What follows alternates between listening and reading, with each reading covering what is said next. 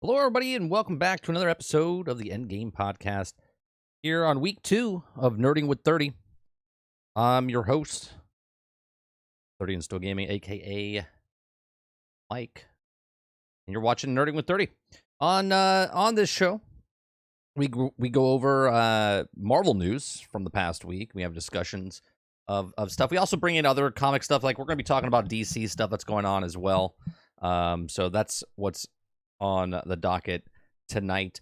If you're here for the very first time, make sure you hit that subscribe button. It's absolutely free down below. We will be doing the Endgame podcast here, the Disney Plus show, the podcast that we do for Book of Boba Fett. It's called the Podcast of Boba Fett. We'll be covering John Cena's show, the Peacemaker.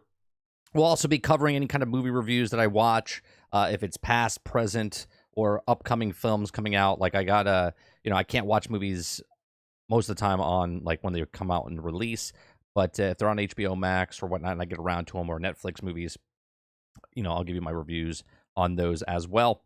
So that's what's happening over here on Nerding with 30. Appreciate everyone coming out and hanging out with us. If you're here for 1 second, 1 minute, or 1 hour, I do appreciate you very much for tuning in and hanging out and being part of the conversation. We got lots of different stuff to talk about. Again, we're here live on Tuesday nights, 8 p.m. Eastern, right here on Nerding with 30. You can also follow us over on our Twitch channel, which is 30 and Still Gaming on twitch.tv/30 and Still Gaming, or YouTube at 30 and Still Gaming as well. And you can go to our Twitter account, which is also 30 and Still Gaming. If you go to Google, which let me show you. If you just go to Google and type in 30 and Still Gaming, you won't find anything but me. Okay, everything but me. There's lots and lots of pages, and I'm all the top spots. So make sure you check that out if you don't know. It's 30 and Still Gaming. All right. So let's get to the first story. First story is basically like show and tell, right? It's show and tell. We're going to be talking about Moon Knight. We're going to be talking about Moon Knight. This is a leaked photo. This spoiler talk, just in case you don't want to know about Moon Knight. But come on, let's be honest. This is 2022. All right, so here we are. This supposedly is Moon Knight. This is the Disney Plus character that's coming. Well, it's not the Disney Plus character. This is Disney Plus's version of Moon Knight. What do you guys think? Do you think it looks cool? Do you think it looks a little weird? Do you think, as the Terror Master put in our Discord, do you think? Oh, I'm sorry. It actually wasn't Terror Master. It was Zhang said. Do you hope this is a prototype like they did in Daredevil season 1, where they had his original costume and then he got his realistic costume? Do you think that this is a prototype of the costume, or do you think this is the costume? Be interesting. I am a little this is another character I know not know much about. So it'll be new to me when it comes to Disney Plus. Now I know a lot of people are kind of upset for what the MCU is doing, as they call it, the MCU and whatnot. And I totally get if you're a comic book fan and they're completely like shitting all over the source material. I don't know if they are with this. I mean, they could be. Let me see what Moon Knight looks like here in images. He looks pretty good for what they've done. Looks pretty good. For the teaser, it's not a prototype. I mean, let me see. Can we open up this? That looks pretty good.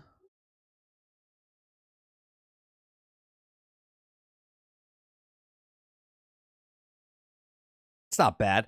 I kind of like. They do have the little hook here. They do have the little hook. It's not as obviously there's no gravity in drawings. You can see like the billowing out of the hood. I think it looks good though.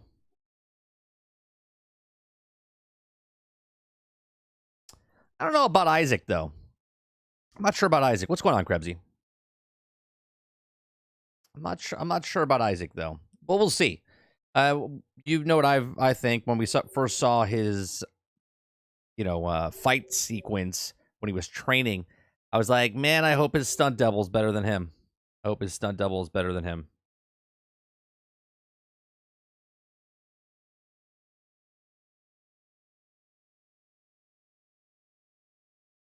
Let's see. Next story.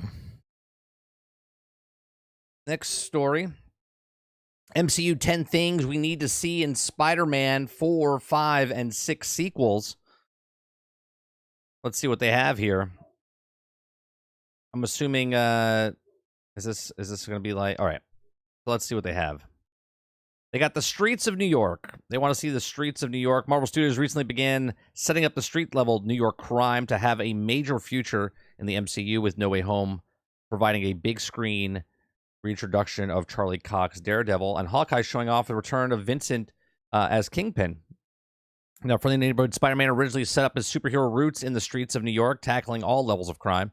Now that Tom Holland's Wallcrawler has completely fresh start of life, free of advanced Stark technology, perhaps the time will take to step back into his roots. So they want to see the streets of New York. Dialing back on the Avengers' over-resilience, every movie in Marvel Avengers Homecoming trilogy has pulled in another key MCU player to team up with Tom Holland, Spider-Man. Homecoming saw Robert Downey Jr., Tony Stark appeared as a mentor role, Nick Fury and Maria Hill tagged along in Far From Home, and Benedict Cumberbatch in Doctor Strange was an integral part of No Way Home's multiverse disaster. So, with the memory of Peter Parker now erased from the world, friends and foes alike, future installments will have much tougher time pulling in other Avengers to help out. Technically, they could always bring someone in. Yeah, Wolverine. We talked about that. I think it was like last week sometime, and how they were, and then big time yesterday we talked about it. We talked about the how the DC universe looks like reportedly is going to go off the rails, per se. We'll talk about that later in the show. Tom Holland does seem to have a hilarious off-screen rapport with Captain America actor Anthony Mackie and Winter Soldier and our star Sebastian Stan. So we'll see there. They want the symbiote saga to be in there. They want Venom. After Venom Let There Be Carnage pulled Tom Hardy, Eddie Brock into the symbiote campaign into the MCU. Most were expecting Tom Holland's fourth solo outing to pin his Spider-Man up against the self-titled Lethal Protector. So people want to see Venom. Kraven's Last Hunt. Okay, many have been called to Kraven the Hunter to appear in a live-action Spider-Man film for years now, dating back to Tobey Maguire's franchise. The Russian villain is a well-renowned hunter, who sets his sights on hunting down a wall crawler to prove himself as the world's greatest hunter. So these are just other things that people want. Sinister Six, which we kind of got. We got the Sinister Five, I guess. When Spider-Man No Way Home revealed 5 returning iconic villains from across the multiverse, most naturally assumed that Sinister Six were finally about to assemble in the big screen for the first time. Sadly, this did not happen. With another trilogy about to get underway, Tom Holland, Spider-Man Sinister Six team-up seems inevitable, which may come in the 6th and likely final film, although that's much harder to determine in which the villains could play into the blockbuster with so many options on the table. I don't know how they would do that. I don't know if Holland gets the Sinister Six. Right? If they bring back Garfield or Toby, I can see that happening. Because Holland, besides this last film, has never really fought any of those guys. Right? So we'll see what happens. We'll see what happens there. Leaving high school behind. Having been erased from all memory with the ending of No Way Home, Peter Parker is finally out of high school. Although, unfortunately, without graduating, the hero was last seen in the final moments of the film in his new apartment studying his GED and common alternative to high school diploma. And now Ned and MJ have been left with no memory of Peter, perhaps a time of young Avengers to make them some new friends. And what a better place to do than college, with Marvel Comics Peter Parker an expansive list of friends and love interests he could meet next. So they want to see him there. The MCU's Osborn family Fans have been waiting for years now to see the Osborn family finally introduced into the MCU. However, No Way Home offered a surprising disappointment twist. From the Oscorp doesn't exist in this universe, at least not yet. On one hand, this may be Marvel's way of showing the lack of interest in introducing a new Osborn family in the Green Goblin. Alternatively, this could open up the doors for a new, unique perception in the MCU. Could explore the birth of Oscorp moving forward as Norman. Yeah, I could see them. I could see them making Oscorp like coming up the ranks. Like all of a sudden, he's like Jeff Bezos. You know what I mean? Type of thing. Like all of a sudden, he was a nobody, and then all of a sudden invents something, and then bam, he becomes. Then it's like the origins of Oscorp, which would be a little weird, but I guess we'll see. New friends and young love. Moving past the high school towards college offers Peter Parker the opportunity to meet new friends and find new love as he leaves Ned and MJ behind, at least for now. We're thinking about Spider-Man's most famous love interest. Gwen Stacy is by far the most famous after MJ, making it possible that the two may meet in college. After hearing Andrew Garfield's Spider-Man mention his deceased love interest, perhaps Parker may become close to Gwen MCU's variant, knowing that bond they had in the other universe. Maybe. I'm actually interested. We talked about Felicia Hardy, a.k.a. the Black Cat, last week, and the person they might cast for it. What's going on, Mo? What's going on, Prince? I mean, you can talk about it, Prince, but I'm not going to have a discussion about the movie tonight. I mean, we had a spoiler cast for it, but if people talk about the movie in chat and you guys talking about it, you guys can do it. But I'm not going to have a conversation about the movie tonight. Does Osborn fund the Dark Avengers though? Could be led into that in the future. Yeah, possibly. It'd just be interesting because if he didn't exist in this universe, it could be not yet. Like they don't know him of yet, or it's a different Osborn, right? It's a younger Osborn. Who knows? What's going on, Stealth?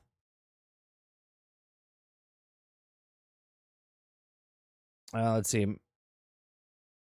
Putting Peter's love aside, having introduced the alternative reality Norman Osborn in No Way Home, perhaps it's time for Tom Holland's Spider-Man to meet his classic best friend, Harry Osborn. As Oscorp doesn't currently exist in the MCU's, would undoubtedly be distantly different version of the character to what James Franco played in early 2000s, but Harry's wealth and villainous connections doesn't necessarily need to be present here. So that'd be interesting if they did it that way. And then finding Parker Industries. Peter Parker has always been a Marvel Universe brightest minds, having created such much of his own superhero technology, such as web shooters.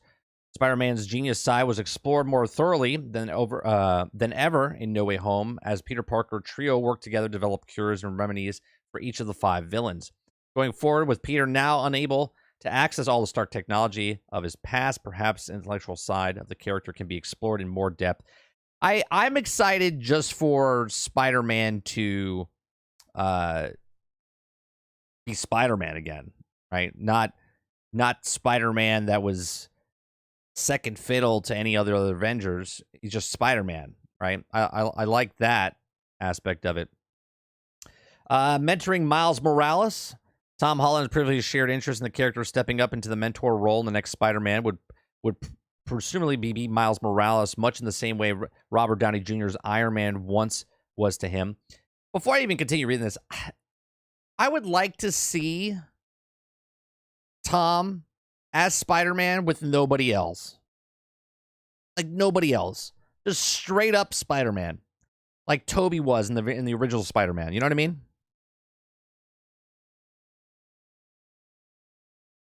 I thought I read about a year. I thought it was a year. It's not a confirmed date, like a hard date, Krebsy, but I heard it's 1 year before it comes to Disney Plus.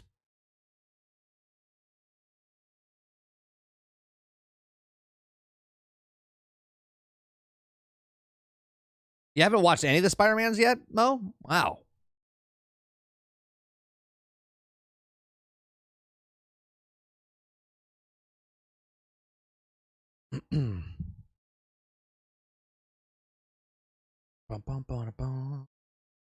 All right, let's go to the next story. we've had this conversation, this like literal conversation on the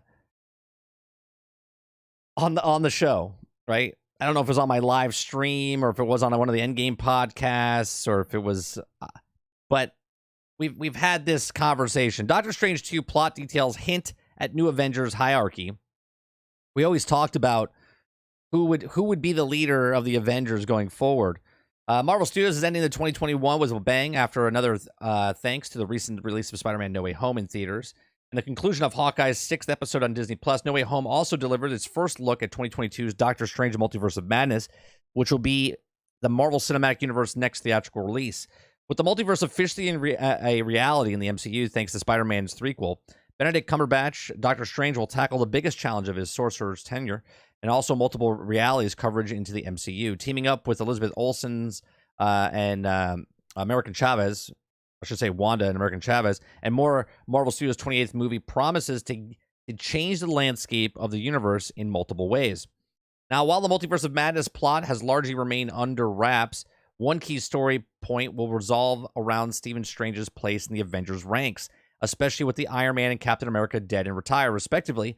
Now, according to the new synopsis for the film, the subplot is just one of many when the full movie debuts next spring. Doctor Strange 2 synopsis teases new Avenger team. Marvel Studios' official Japanese website has shared synopsis details for Doctor Strange: The Multiverse of Madness. Translated by Cosmic Circus, a synopsis teases Doctor Strange playing an active role as a central figure within the Avengers roster. Additionally, he is said to be to repeat some of his old habits shown in Spider-Man No Way Home by trying to cast a forbidden spell with dangerous repercussions, resulting in the Multiverse of Madness, or multiverses opening up into madness. Following his mistakes, Strange will have to team up with Benedict Wong, and also Elizabeth Olsen. Wanda Maximoff has also taken the biggest threats ever seen in the MCU. In shocking fashion, the threat is none other than Strange himself, in a full synopsis detail below.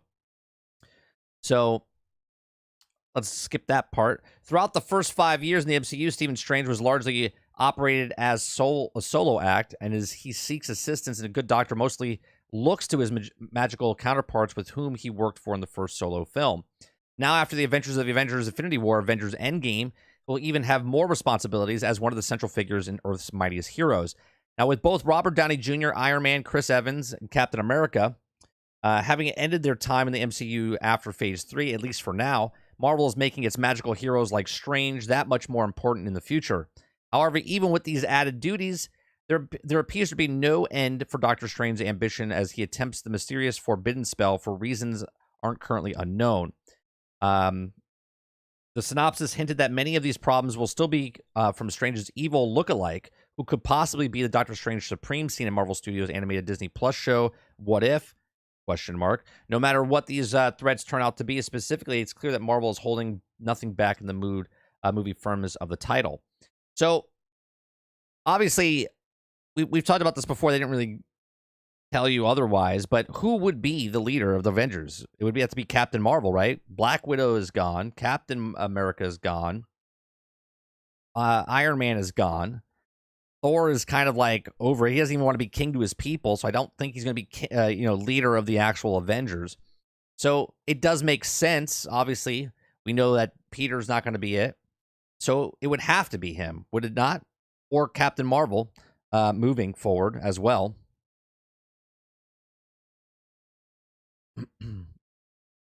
Doctor Strange won't be the next Avenger leader. It doesn't make sense considering how much he must focus on the universe or multiverse as a whole. Him having a team of people to help him would be good. One will be the leader now. So what does she mind control the entire city? They don't even know what she gave up.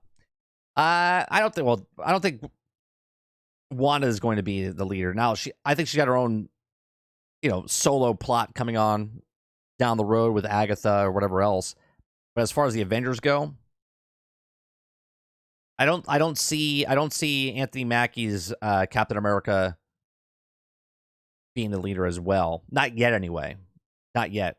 He'll never be that leader to me. Just because that's not who he is. Just like Bucky's just not going to be that leader ever.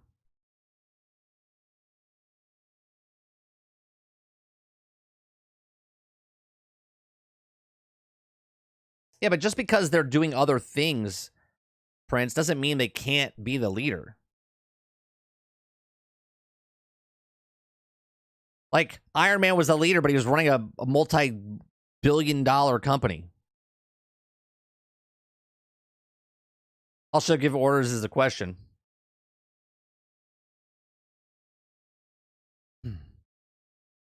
They will have him be the leader of the current Avengers because he's Captain America. I don't think he comes along with the title of Captain America. I don't think he becomes Captain America and then all of a sudden takes the responsibilities. I think it's earned, and he hasn't shown anything to earn it.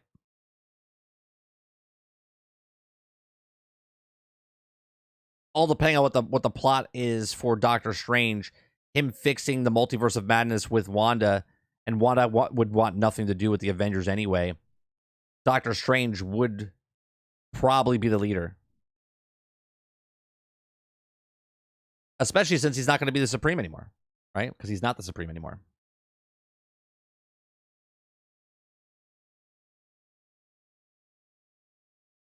I mean, I guess he could be after this, but who knows?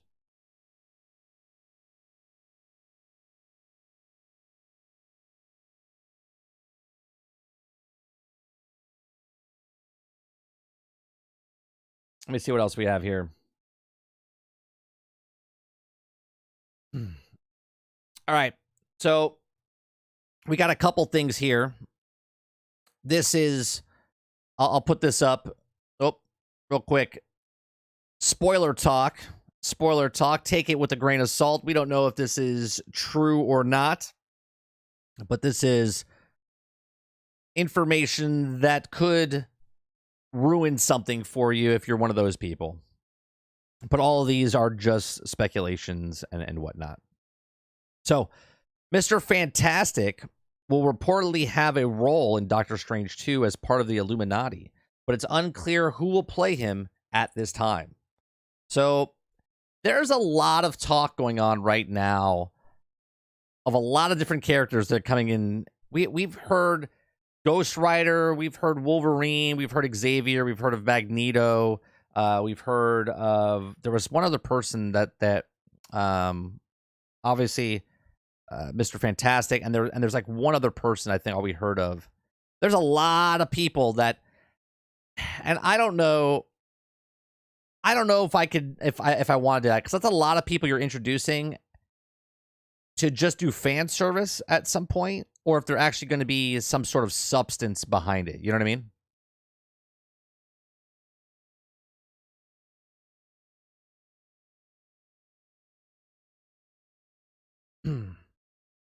But we'll see. As cameos because of the multiverse. Right, right.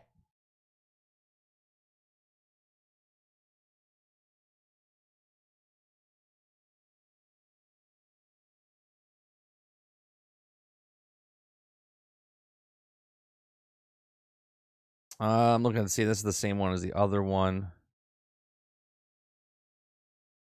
Here's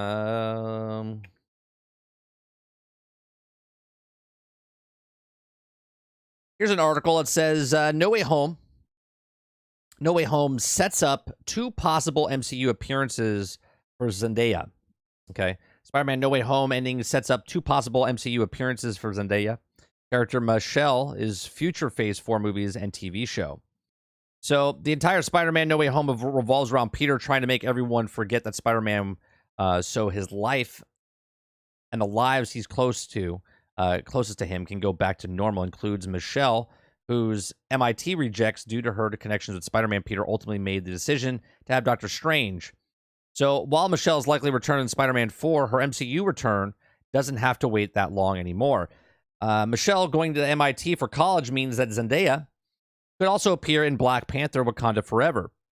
It is confirmed that a portion of the movie takes place at MIT as part of the MCU's introduction to Riri Williams, aka Ironheart.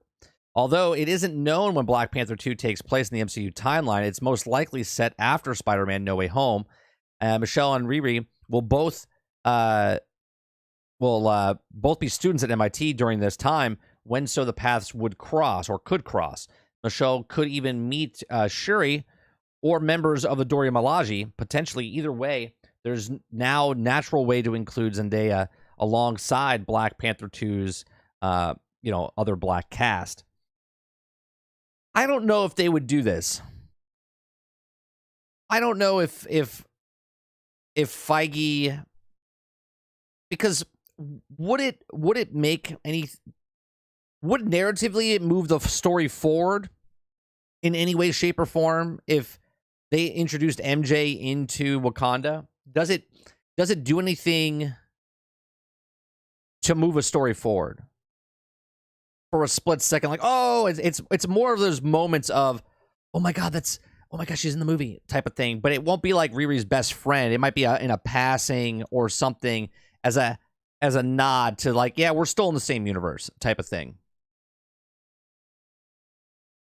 Do you know what I mean?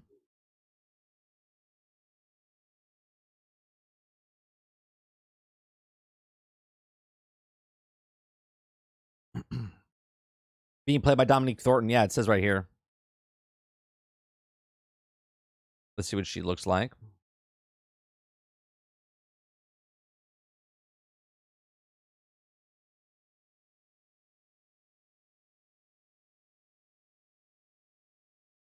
What was she in?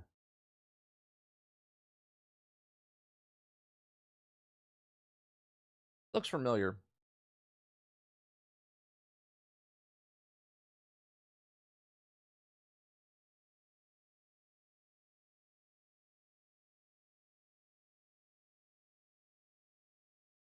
Well, obviously she's in Black Panther, Wakanda Forever. I don't know, she looks familiar.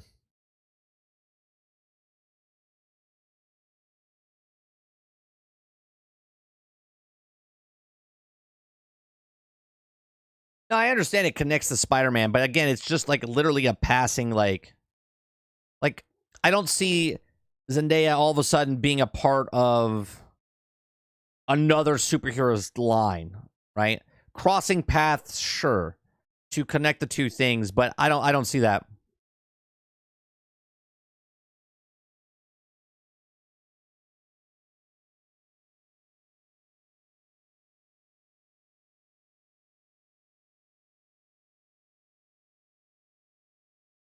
Wait, why isn't she going to be Shuri? What do you mean?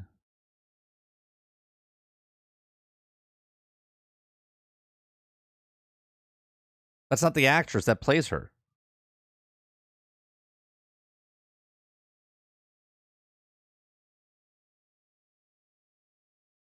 She could be White Tiger? You think MJ is going to be White Tiger? I mean, there is an article that says they wanted to make her into a superhero, and the actress said that she didn't want to be.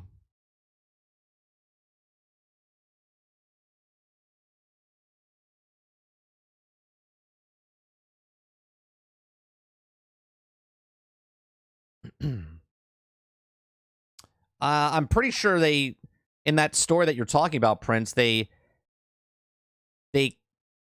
removed her from set because of something. But that doesn't mean they didn't film all her scenes already. I don't know too much about that one.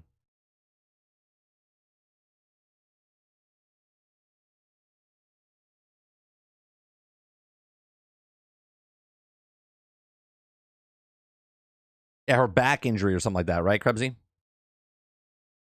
Yeah, there was drama because of vaccination, or she was talking about stuff or asking questions, and then someone wrote a report or something like that. But I don't know the full details there.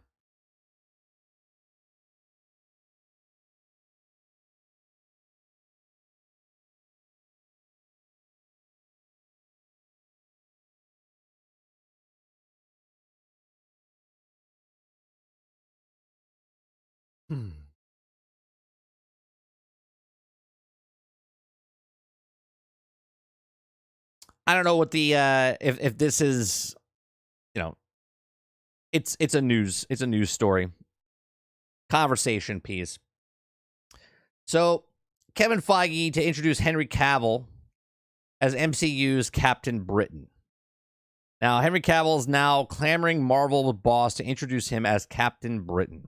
While Henry Cavill confessed that his Superman suit is waiting to be worn again, it seems like DC won't give him the opportunity, and he's now after Marvel boss Kevin Feige to give him a big role to the likes of Captain Britain. Henry Cavill is popular, known for playing the iconic superhero Superman, okay, and The Witcher. Let me see down here. When Cavill was asked to give his views on the rumor during the interview with The Hollywood Reporter, he seemed pretty cool with the idea of playing Captain Britain. The main reason he would be excited about doing this, is that the character is yet to be introduced in the MCU.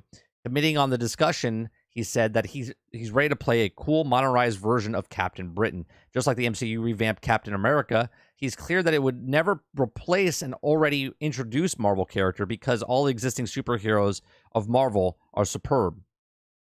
Captain Britain is definitely not among the top tier superheroes of Marvel, yet that the debut of the character is widely discussed all over the internet.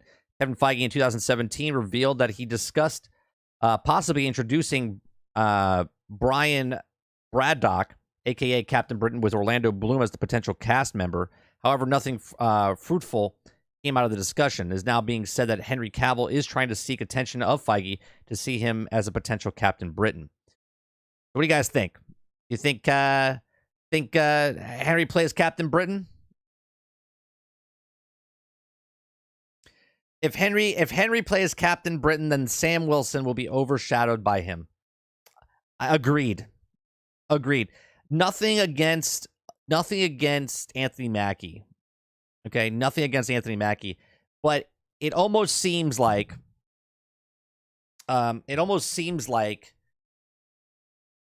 that he's just missing something, right? He doesn't seem like an A-lister. I know we saw him in all the movies as Falcon. I know we were in Falcon and Winter Soldier, Falcon and Winter Soldier, but I don't see Mackie as an A-lister, man. Yeah, I'm not a big fan of it, Reese. I'm not a big fan of it because he is Superman. I don't want him to come over as Britain, but you know, the fans are going to get what they want. If he comes in, he might be well, let me tell you something. At least he won't be playing him at the exact same time if he does come in, because they're removing him from the DC universe, right? They're removing him from the DC universe.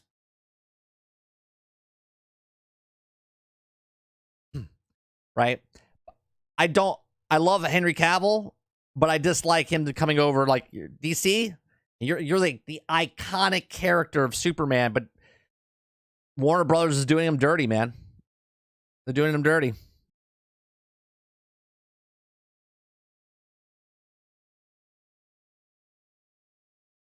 But we'll see. We'll see. I mean, look, I like Cavill in pretty much everything he does. I loved him in Mission Impossible when he was in Mission Impossible. I like him as The Witcher. People thought when he first came out as The Witcher, they were like, I don't know about this. All right, so I personally, we went through this, and I'll say it again. I don't like person playing an iconic character on one side and then also playing it on the other. It bugs me. Even when Ben Affleck went to Batman and he already played a shitty Daredevil, you know what I mean? Wouldn't have that been some shit if during Spider-Man, instead of seeing Matt Murdock, Charlie Cox's Matt Murdock, we saw Ben Affleck instead? Now, I know my theater cheered when they saw Charlie Cox in the movie. Do you think they would have cheered if they saw Ben Affleck as Daredevil? Do you know what I mean? Do you think they would have cheered?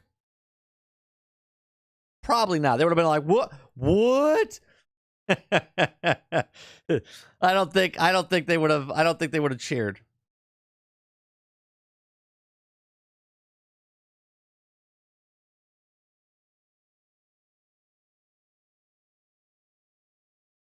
Yeah, they would have laughed, right? Yeah, I don't think they would have cheered if Ben Affleck. They would have done a double take. They were like, "Wait, what?" Oh, it would have been slower. They would have seen him wearing the glasses, and it was Ben Affleck. They would have been like, "Oh my god!" Nobody wants to see that reminder of the dumpster fire. It would have been pretty fucking funny, though. It would have been funny. If someone can do that, can someone, when that movie comes out on DVD or streaming, can someone please deep fake Ben Affleck as Daredevil during that scene and see what people do on the internet? They would lose their shit.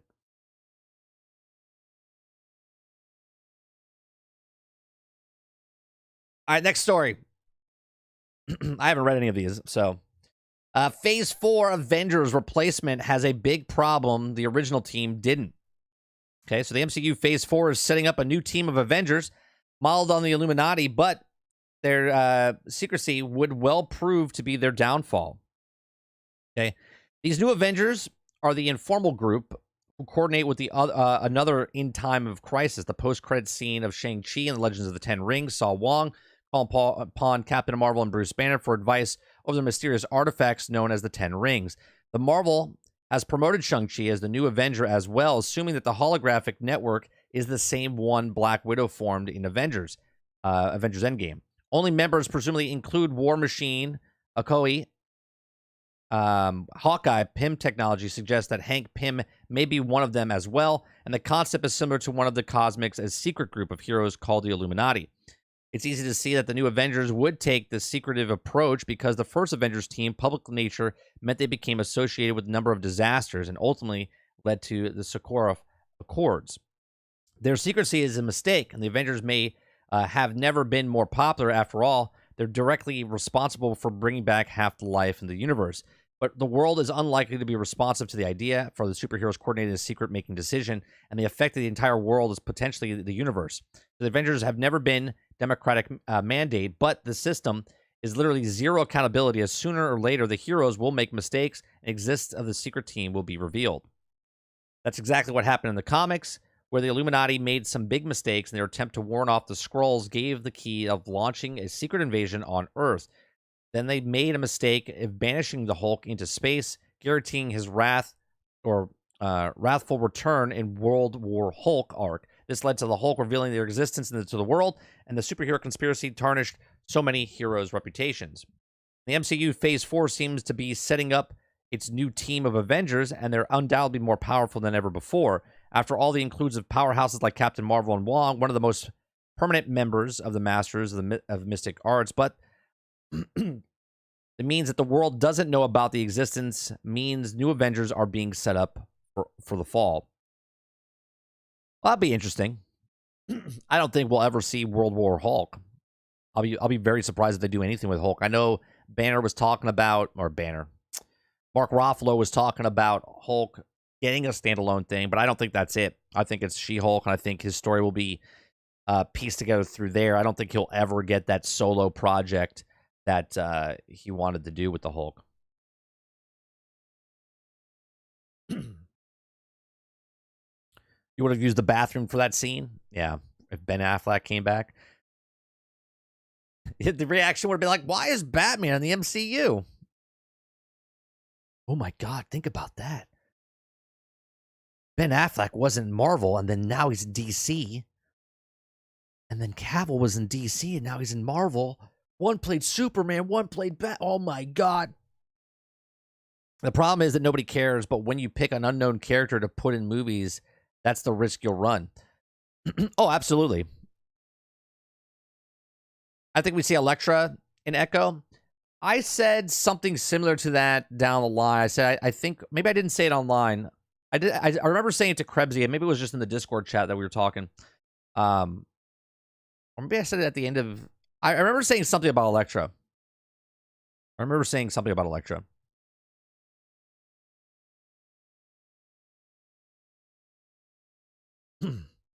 mean, I rather see a person that...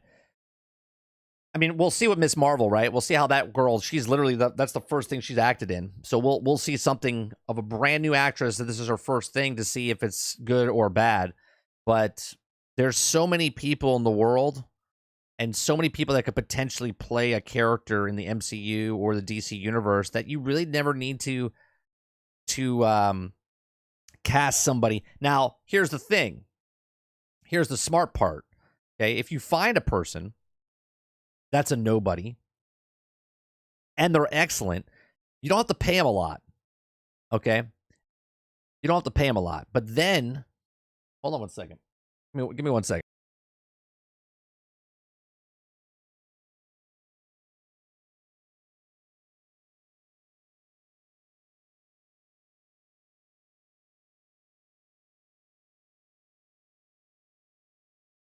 Sorry, I smelled smoke, and I wanted to make sure it was a candle being blown out or something else was going on.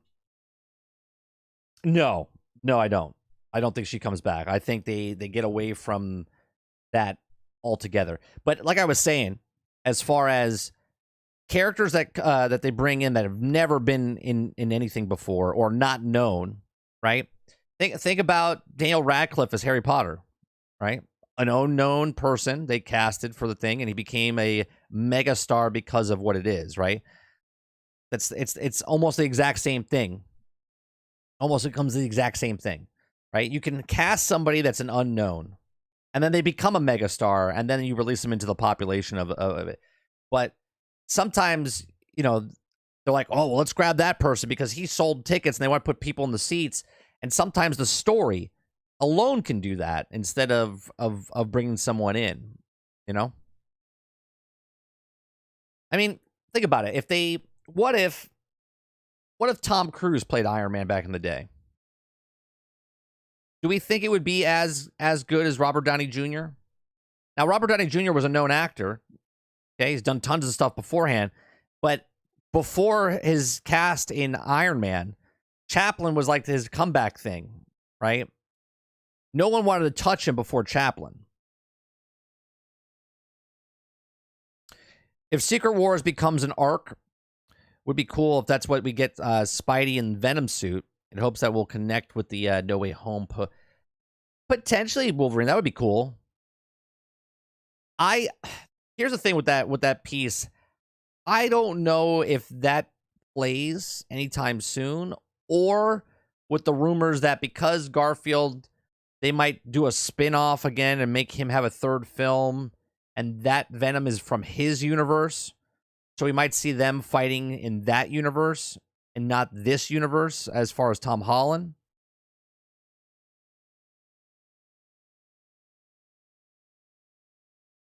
No, but what I'm saying, B, is that Tom Cruise is megastar. Megastar. Okay? When you get him to play a character, you're does Tom Cruise overshadow Stark? Robert Downey Jr. doesn't overshadow Stark. He became Stark. You see what I'm saying?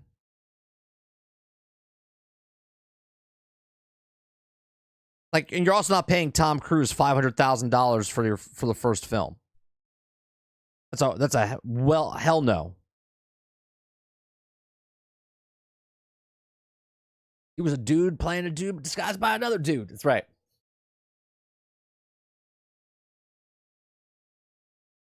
Yeah, they're again. That's one of the other things, right? There's a lot of cameos.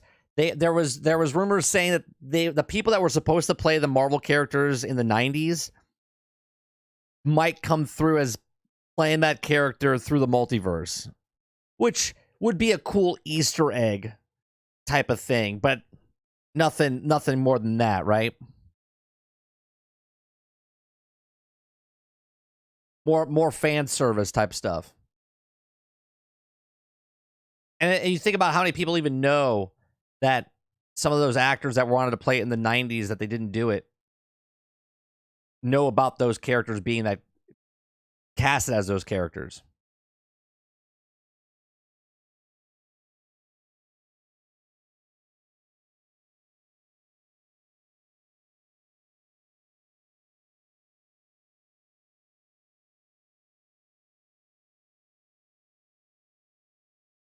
Let's see what else we got here.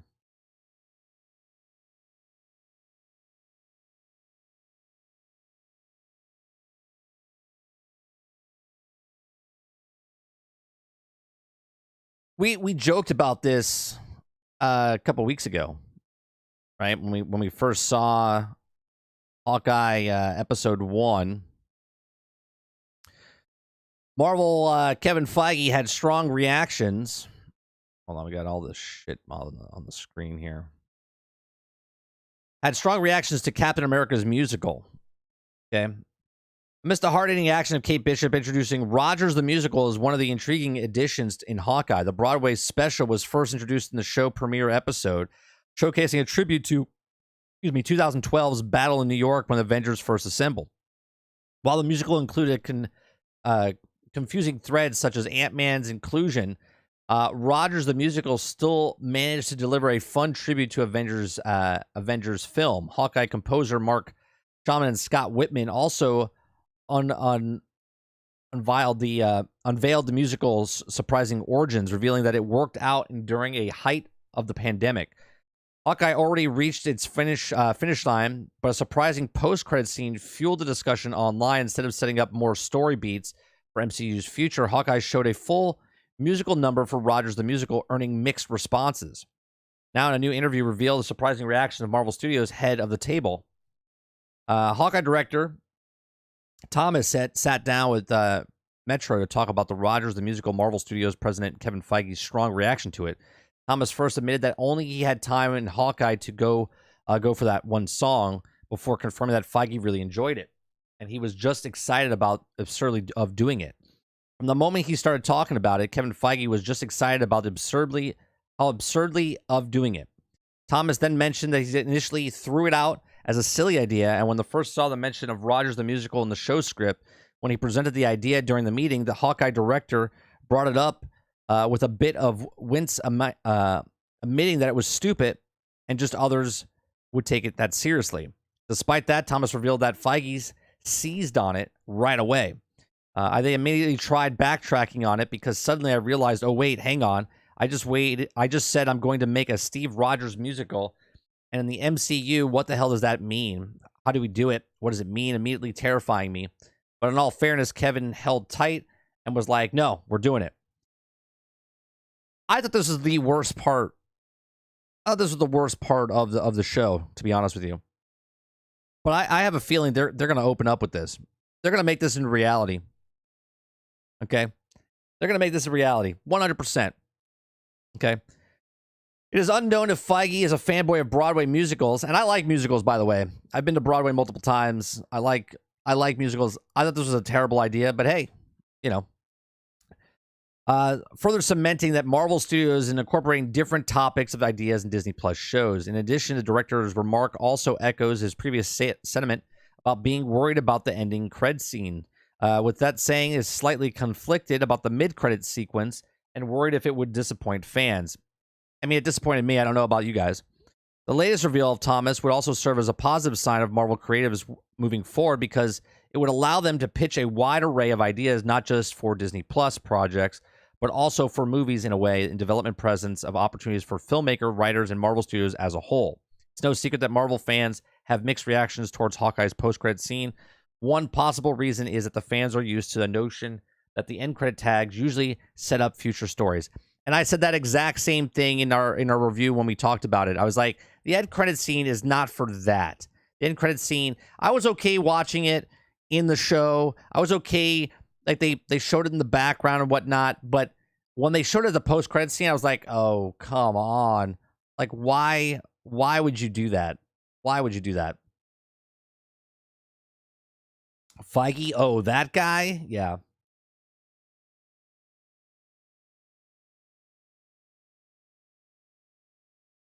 This story I read a little bit. I read a little bit of this story, and I was a little confused because the way Marvel and stuff, and I understand because Sony is separate, and Marvel was in talks with them, but at the same time, they didn't talk, so they were confused, right? So this next story I want to talk about is Spider-Man No Way Home writer explains Loki's final connections.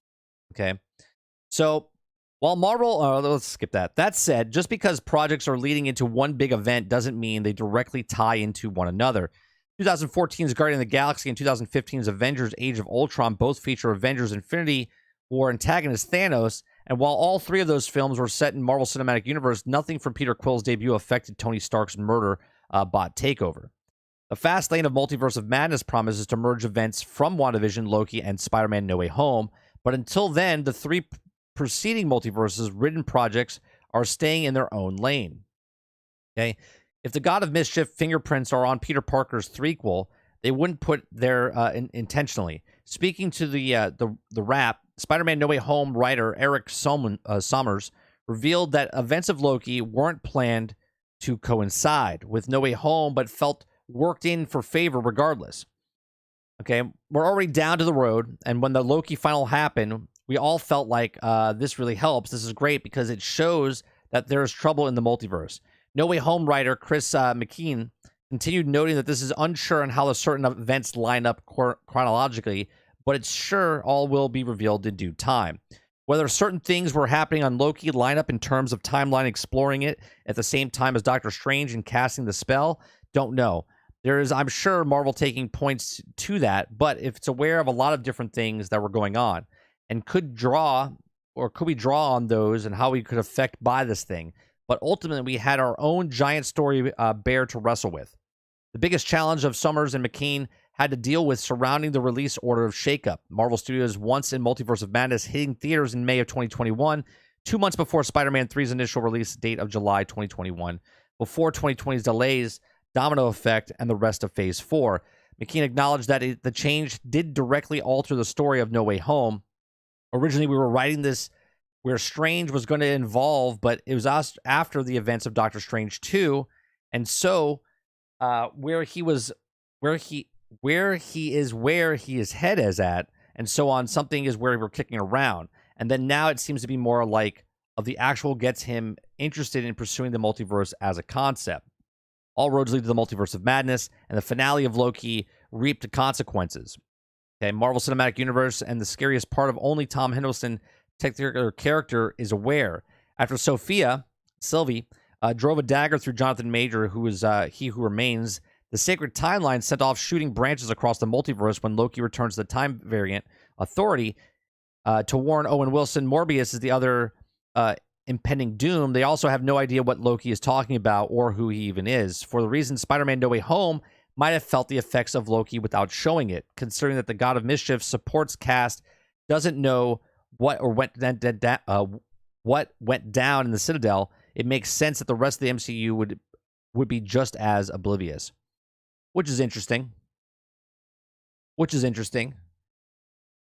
I would like someone on the internet to take the moments like they usually do, like when Scarlet Witch did her thing and Loki did her thing, and then the what if thing that happened, and Spider-Man things, what happened, like the blip happened, all this stuff. It would be interesting to see that getting pieced together.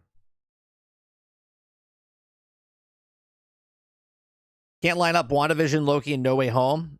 You can only pick two. If you're confused, I'll try to explain better. Can't pick. I mean, if you're going to pick, Spider-Man is just out. Spider-Man's out.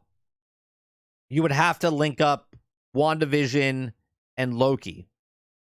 Spider-Man, if you're gonna leave it out, you could leave it out 100% because it's like a self-contained story where Scarlet Witch is kind of open-ended, and so is Loki. Spider-Man is a conclusion. Doctor Strange closes the portal and fixes that moment.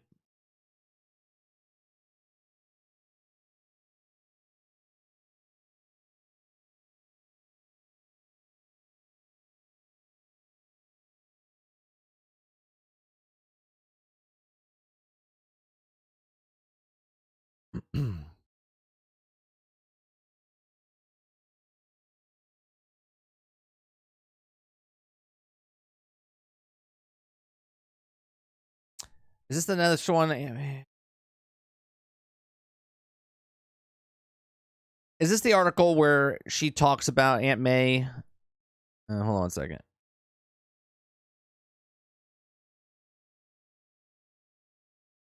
Yeah. I'm not going to read this. This is just dumb in general.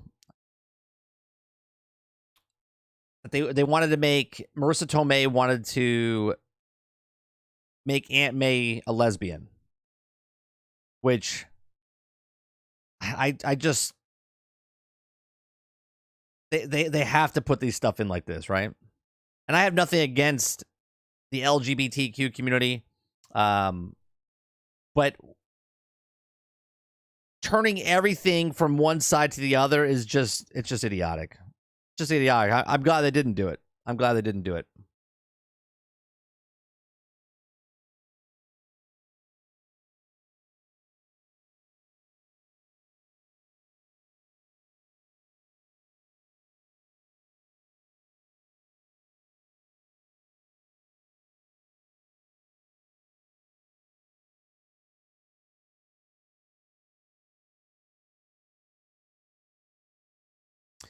So here's a story for Ant-Man and the Ant-Man and the Wasp and the Quantum Mania. So Bill Murray rumored to play a weird Hulk character in the MCU. So Bill Murray recently confirmed he will appear in Ant-Man and the Wasp: Quantumania, and is yet to unknown role of capacity. Naturally, the Marvel fandom has been since frantically speculating on who the sci-fi legend could be playing. With the filming now wrapped on the threequel, the recent rumor has suggested that maybe playing an obscure Hulk and Agents of S.H.I.E.L.D. alien character. The recently shared a rumor suggesting that Ghostbusters actor Bill Murray may be playing an obscure Marvel character, Krylar, in Ant-Man and the Wasp: Quantumania. Krylar had previously only appeared in one issue of The Incredible Hulk from 1962 before ultimately meeting his demise. The character also played a brief role in an episode of Agents of S.H.I.E.L.D. Season 5 as a co-leader in the alien alliance against threatening enemies before being killed and superpowered Glenn Talbot. Let's see who this, if Bill Murray is playing.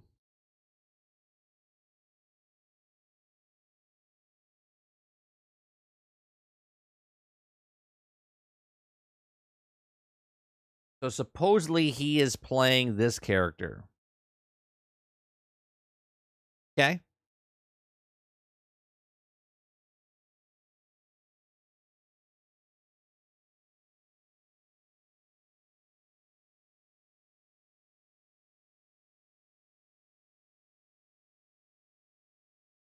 I mean, that's just another fan service if someone knows who it is. You know what I mean? They'll be like, "Oh my god." Not for me.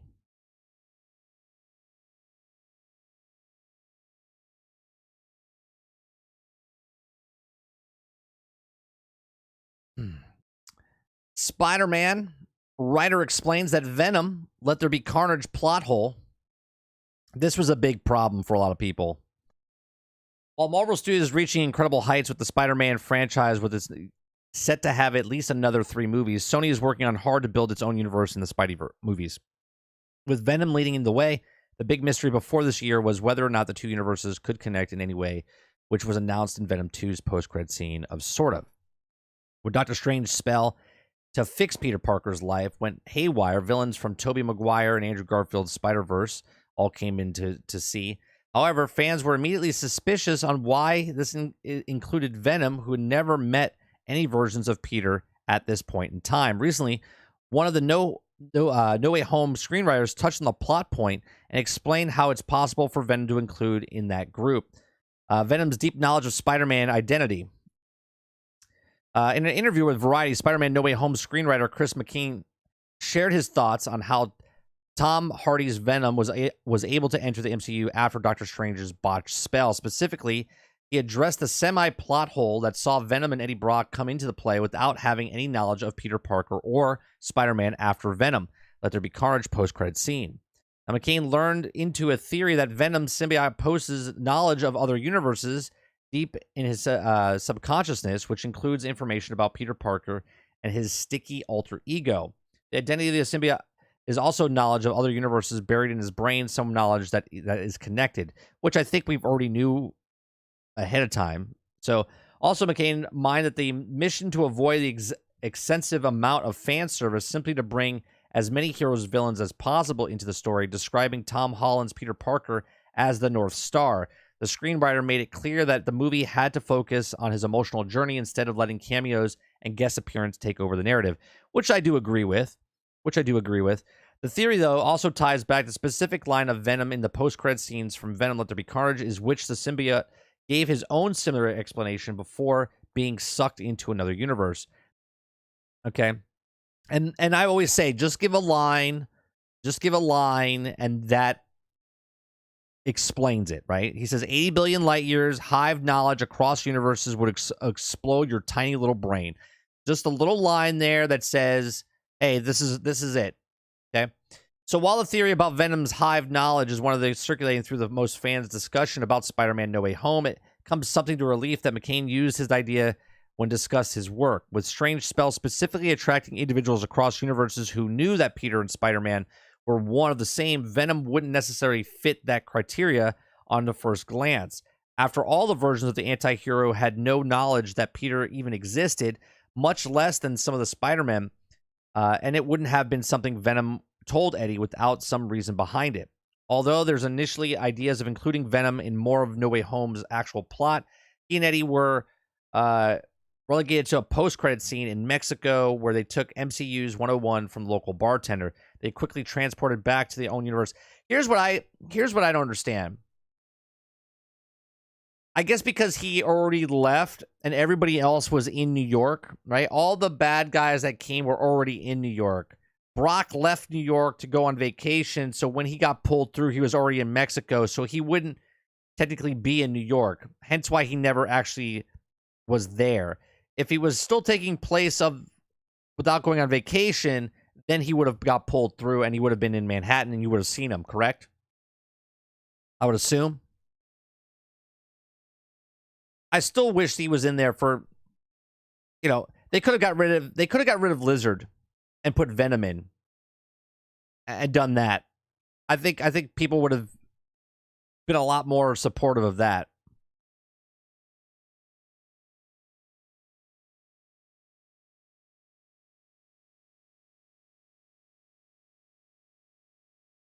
The last green guy in the MCU was a bitch.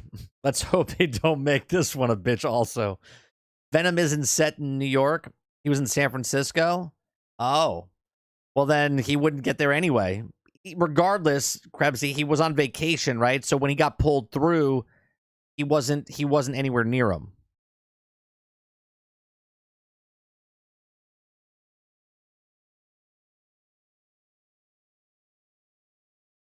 Because it's not like he's getting pulled through and then directly to him. They got pulled through from where they were into the city. So, agree? Or Sandman? Yeah, Sandman was another one. It was like, what's his deal?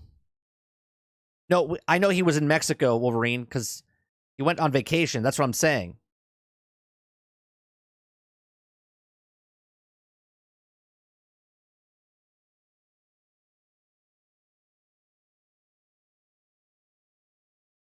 Like, it doesn't pull a person from wherever they are in the world to New York. The reason all the villains were there because they were all in New York from their timeline. Hence why those 5 were there and Venom was in Mexico. Yeah, that doesn't make sense either, Reese. It's more of a, like, ooh, something could happen. That's all that is. Like, why wouldn't all the substance get pulled back?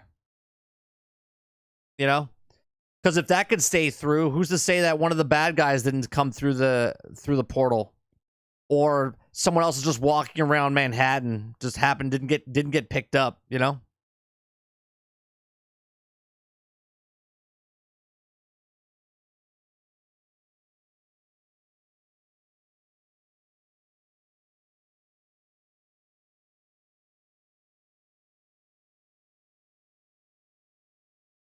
Marvel movies make up 30% of the total 2021 U.S. box office.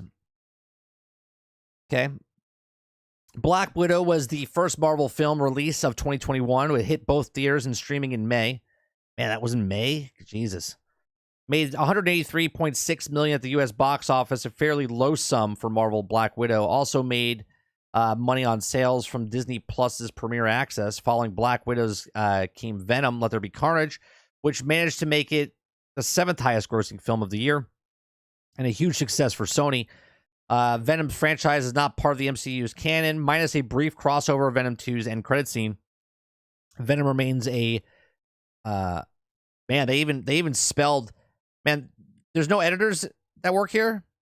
Merrill, you mean Marvel property? Shang-Chi and the Legend of the Ten Rings followed shortly after, which managed to make more than Black Widow in theaters, though it didn't receive a simultaneous Disney Plus release. After a long gap, Marvel was also back in theaters again with Eternals in November. While the team up did not do well over the pandemic times, there was also a drop compared to its predecessors. However, the brief lull in Marvel box office swiftly changed when Spider-Man No Way Home was released and cracked over $1 billion worldwide, with the box office numbers still increasing. Now, with the number of releases and the popularity of Marvel, it comes to a little surprise.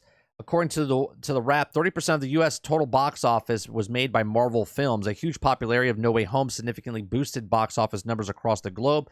Combined with the 4 other Marvel releases from 2021, Marvel box office share was higher than the market share for any other studio in 2021. Yeah, but these are fluff numbers. Let's be honest. Okay? Let's be honest. Because the other 3 fucking films didn't do shit. Black Widow, Shang-Chi, and Eternals, all 2 of the 3 had lost money. Shang-Chi is close. I think it made like $7 million to $10 million. Okay? One cost $200 million. One cost another $200 million. And one cost $150 million because of a $50 million incentive for Shang-Chi. Okay? I put this in general. I put this in general the other day where we have it. Okay. Disney makes 25%. So roughly they've made $300 million off Spider-Man. Okay. That's off someone else's film. Disney made $300 million, which is the most profit they've made off any of the Marvel films that they created this year. Okay. Black Widow cost $200 million to make, and it made a total out of the box office as of yesterday when I posted it. Okay, $379 million total worldwide. Okay, it lost money. It did not make a profit. Okay, Shang-Chi cost $150 million with a $50 million incentive. It grossed $432 million worldwide. Okay, and it barely made money back. Eternals cost another $200 million, and they made $401 million worldwide, and they also didn't make their money back. Okay? So Disney's most profitable film is something they didn't even make. Good for them. Good for them, right? They made $300 million, roughly $300 million. But they claim they lost $600 million on pirating of Black Widow. Yeah, we're going to go over that as well. We're gonna go over that as well, because if you're gonna say that, then you got to say that for everything. How many people pirated Shang-Chi? Nobody pirated Shang-Chi whatsoever. They got to tell you that only Black Widow, $600 million. And how do they figure that out? Fans respond to bad movies by not watching, and that's exactly the way they should be, Wolverine. Exactly the way it should be. If you don't like a movie, then don't support it. Very simple, right? But here's the thing. Where's that story? $600 million.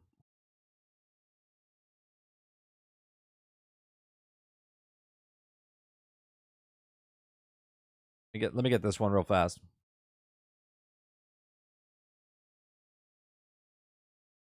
Okay.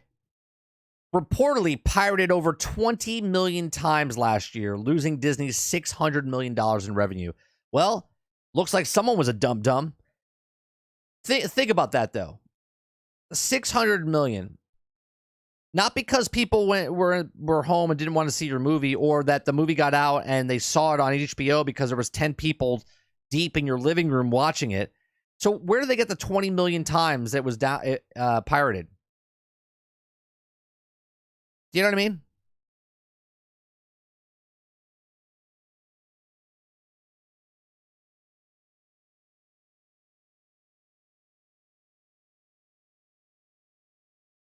Where's this Deadline report? I want to know what their source is.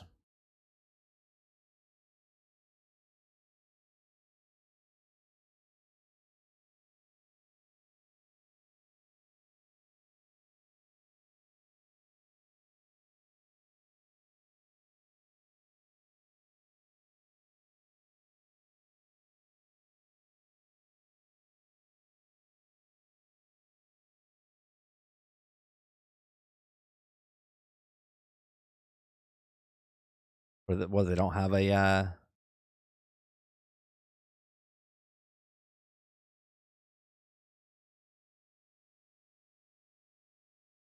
All it is a tweet. They actually don't have. They actually don't have a an actual.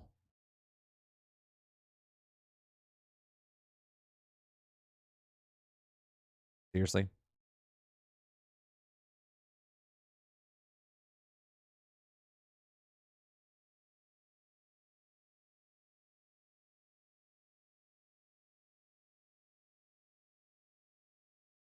Yeah, we'll take Screen Rant and see what they say. It was previously reported that Black Widow was one of the most pirated films of the year, and now it appears that Disney lost over $600 million in piracy. What this headline should say is, it was previously reported that Black Widow was a really bad movie, and no one wanted to pay for it, so they didn't watch it, and they lost $600 million. Is what they should say.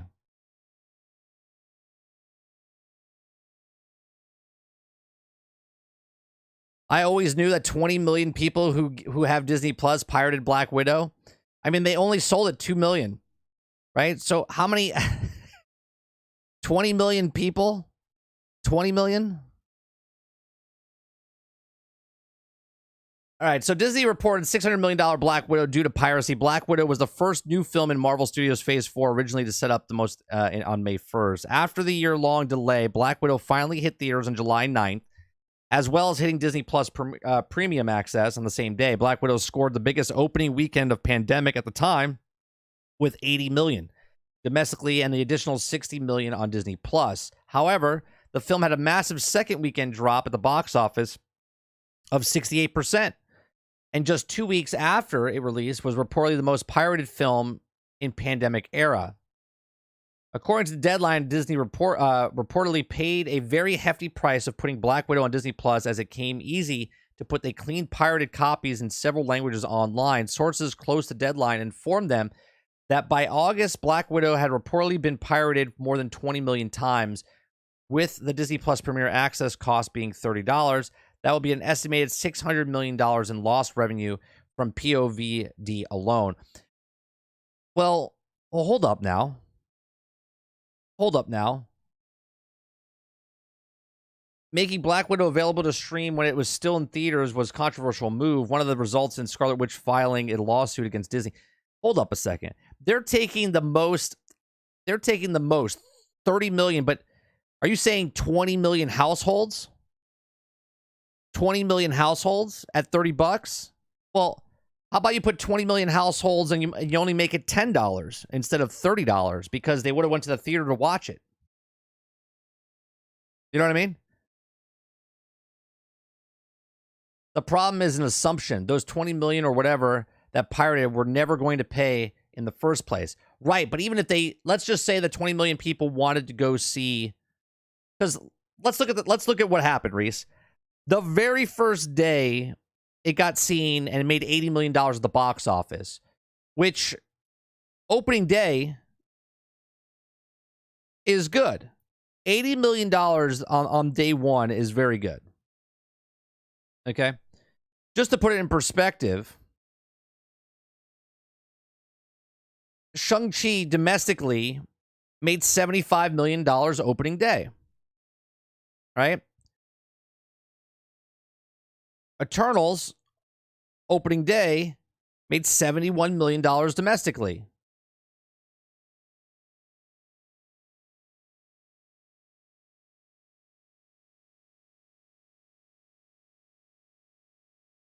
Spider-Man made $260 million opening day, right? So just by that fact of, obviously this is a better movie and that's why people went to the theater to go watch it, okay? There's no way that number would be that way. Okay?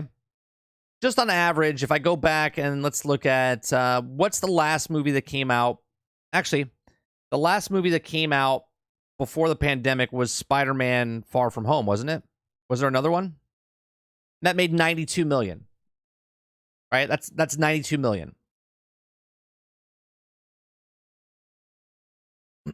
People saw the movie on day one and said this is a bad movie. Publicists got out. The 2 million people that paid for it on Disney Plus said this was a bad movie, and people were like, I ain't paying for that shit. If it was a good movie,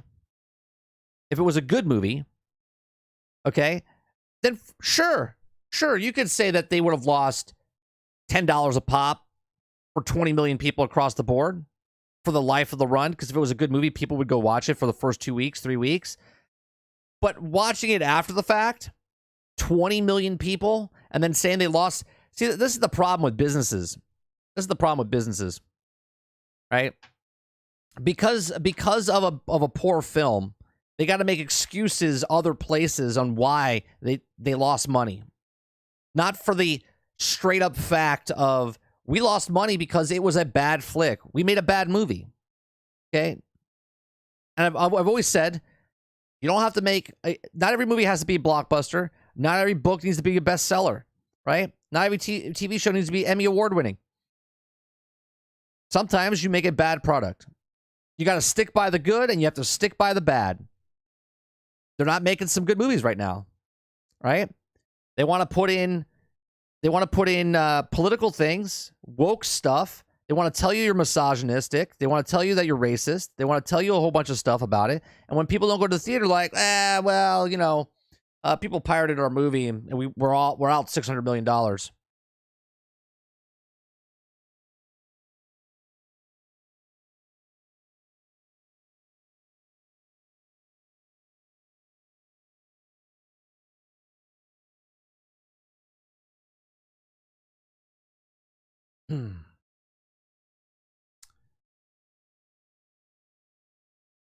We already talked about the Punisher logo a couple weeks, last week, I believe. This theory is interesting. I posted this the other day, or yesterday. Hawkeye set up the Young Avengers Stark replacement theory explained. Okay. Let's see. Despite the suspicious surrounding his character throughout the majority of Hawkeye, Jack I can't pronounce his last name. Is it Duquesne? Would be a logical choice to fulfill Tony Stark's role for the Young Avengers. Okay. The Young Avengers are a team primarily of the superheroes in Marvel Comics who are also connections to the older members of the Avengers throughout the Phase 4. The MCU has been slowly reintroducing members of the team, including Casey Lang, Billy, Tommy Maximoff, Bradley, Kid Loki. And while most of the characters have played minor roles in the MCU so far, Kate Bishop, as an important member of the Young Avengers, took on one major role, co-starring in Hawkeye alongside Clint Barton. As her story progresses, her relationship with Wealthy Jack may prove integral to funding any future Young Avengers initiative. Okay.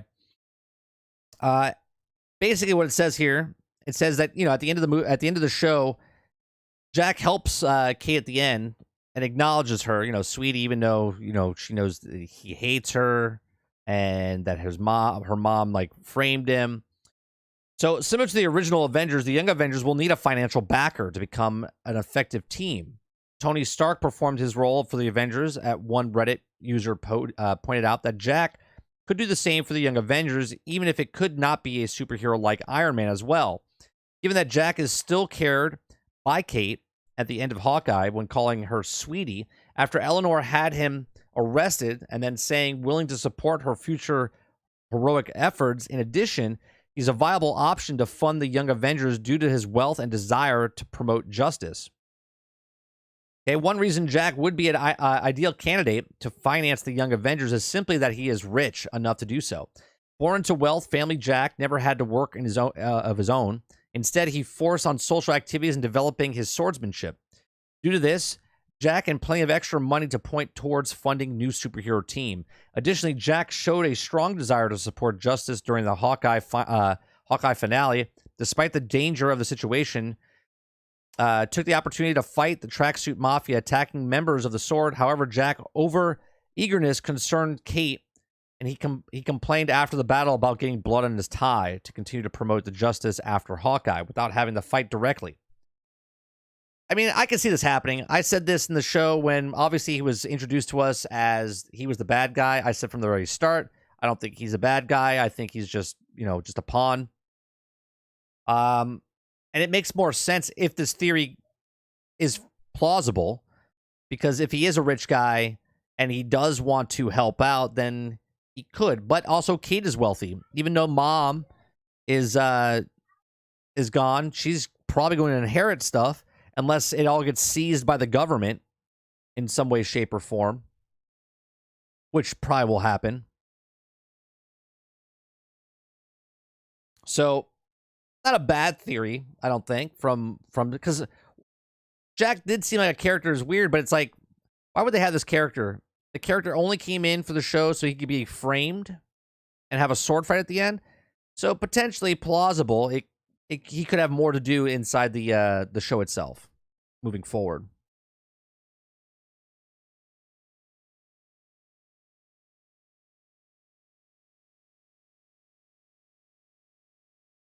So supposedly the Moon Knight show will be coming out in February, right? Series will be with us in February. We're not sure 100%, but that's what it seems like, that it got pushed there.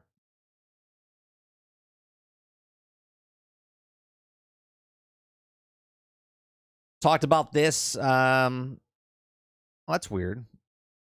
Why is this not a... Huh. The tweet was deleted. Interesting.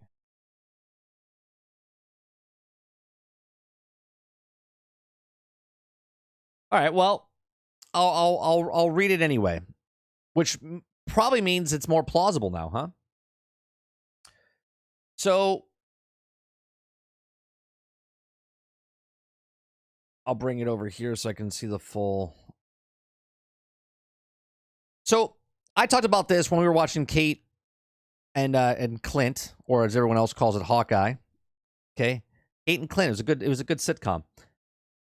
So when Kate and Yelena were in scenes together, I 100% said that these two are going to be the new Hawkeye and Black Widow, right? I said they're going to be teaming up in a movie together or a show together moving forward. So it says, according to, and I can't click on the link anymore, Black Widow 2 is being discussed as a team-up film starring Florence Pugh and Yelena Belova and Haley Steinfeld as Kate Bishop. That said, film is currently in stages of early in development. Now, that tweet has been deleted by Hawkeye News and Updates. Now, I don't know why, if they were told to get taken down or whatnot, but yeah. So this seems like a no-brainer, the way they were linking him up in the show, right? I don't see Jack replacing Pepper Potts and Stark Industries. I mean, they kind of said that Stark Industries was under investigation or whatnot, right? They said that in No Way Home, did they not? Didn't Happy say that?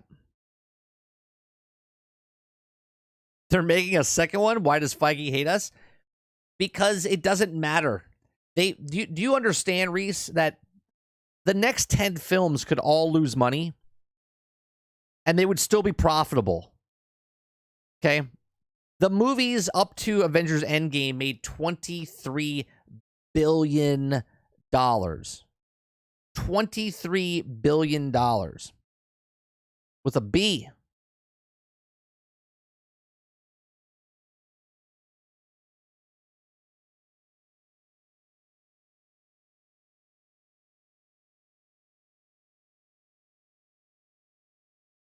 I mean, they can make 10 movies at $200 million apiece, and that would be $1 billion. Oh, I'm sorry. That'd be $2 billion. But they can make five movies at $200 million, and that's $1 billion, and they can do that over and over again. One of those movies is going to make them money somewhere down the line.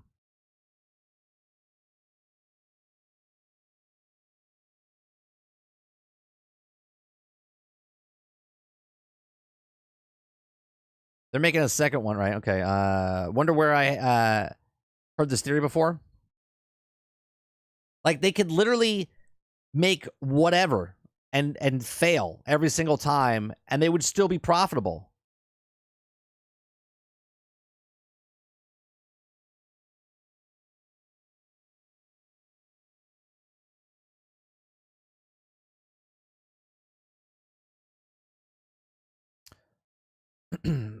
Next story, Morbius delayed till April 1st of 2022. Okay. Now, I'm pretty sure this got delayed before, and now it's delayed yet again. Sony Pictures has delayed Morbius from January 28th of 2022 to April 1st of 2022. Morbius starred Jared Leto as the anti-hero Dr. Michael Morbius. After being diagnosed with a rare blood disorder, he is determined to have himself... well, we don't need to read that. So, is no stranger to delays, as Marvel and Sony Film has originally set to be released in theaters on July 31st of 2020. Thanks to COVID-19 pandemic, Morbius was delayed from March 2021 to October of 2021 to January 2021 to January 28th of 2022, and now to April 1st of 2022. Okay, so this is an actual, right, another delay. So they've been delayed 5 times. July of 2020 to March of 2021. Okay. March of 2021 to October of 2021. Then to January 21st to January 28th to April 1st. This is the fifth time it's moved now. Now, the big question may have been if the multiverse of the universe of Morbius is actually part. The question only grew following the second Morbius trailer had 2 mentions of Venom Corp's Tower and Daily Bugle Spider-Man graffiti. And then it appears that Michael Keaton's Vulture, who is part of the MCU via Spider-Man Homecoming, for more. Well, they don't actually say. So you're gonna have to wait a little longer. I was actually getting excited for that film. But now you just have to wait another 3 months. God, that's after even. I mean, it's before Doctor Strange still, but Doctor Strange was supposed to be in March, though. Now I have to wait till April to see our first Marvel film for the year.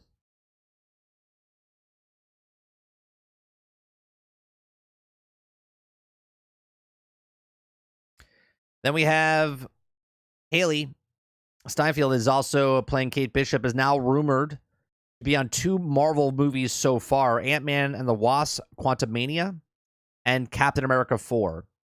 So, if it's true, she's in both of those, and she's also going to be in Black Widow 2. Now, I said this when they casted her, okay, during the show when we were reviewing it. I said she's probably in another 4 to 6 picture deal, right? All team up type stuff.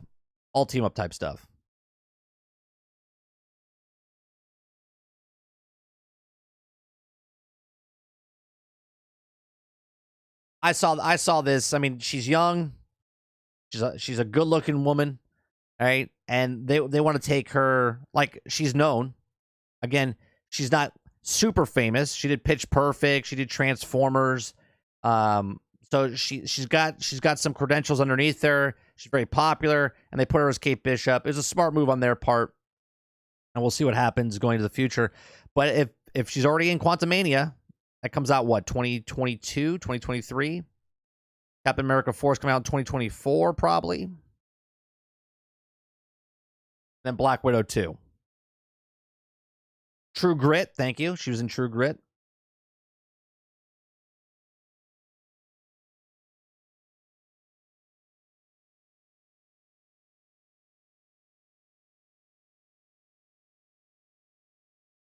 What else we got here?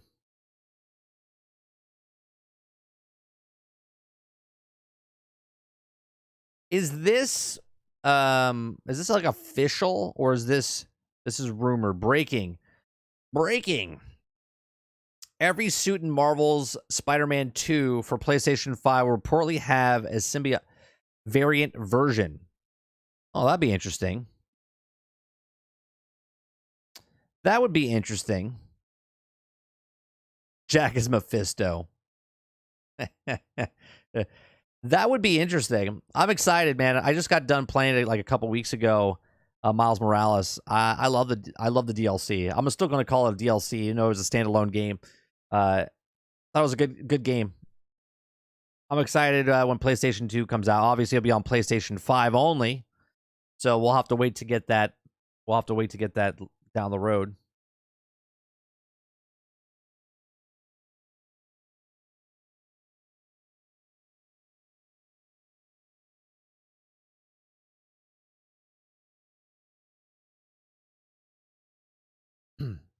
Oh, is this a picture? Okay, I see. This is a picture.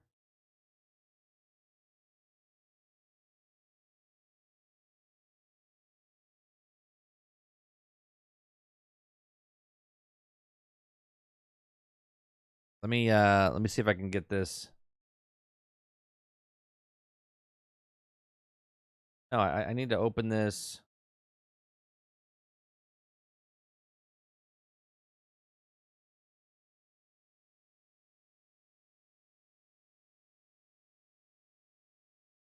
Can I not get this this picture here?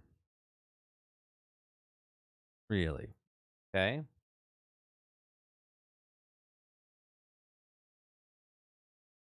Okay.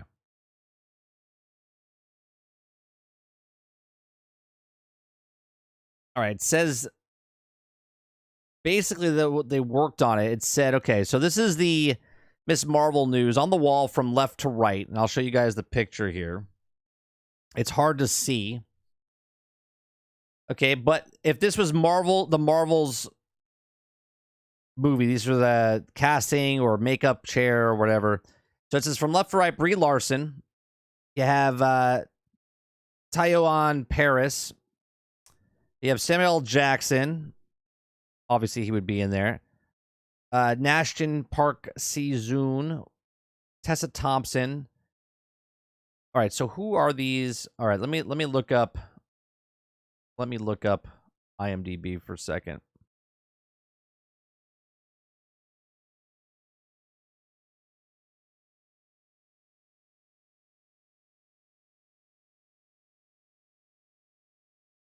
Is it the Marvels or Miss Marvels? Oh no, it is them. Okay.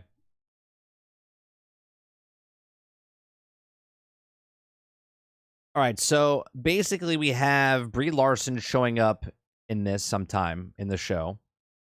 She's not credited here. Okay. We have Nick Fury. Nick Fury's not credited here. I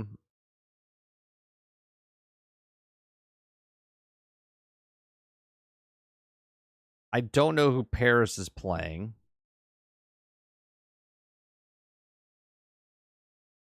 And Ashton.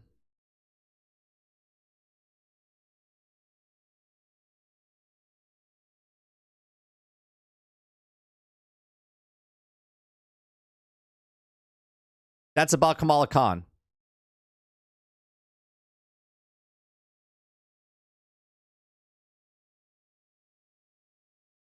Who is she playing? It says that she's in the Marvels, but I don't see her.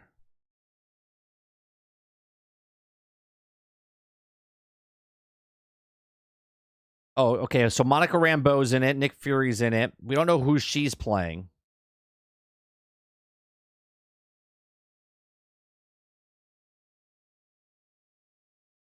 So we'll see how that sets up stuff.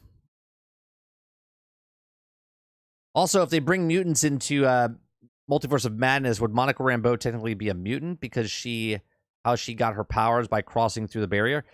Potentially.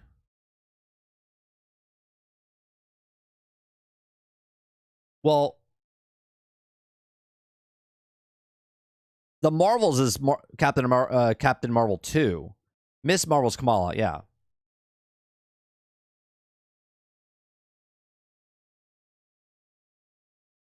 The reason I put that in is because it literally says Miss Marvel News. So this is the cast of Miss Marvel, not the Marvels.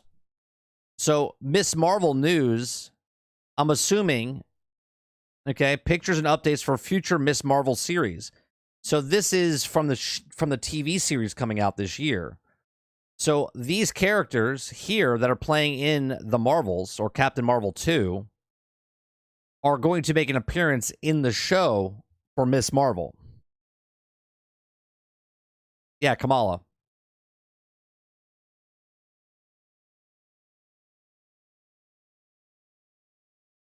That's the makeup chair.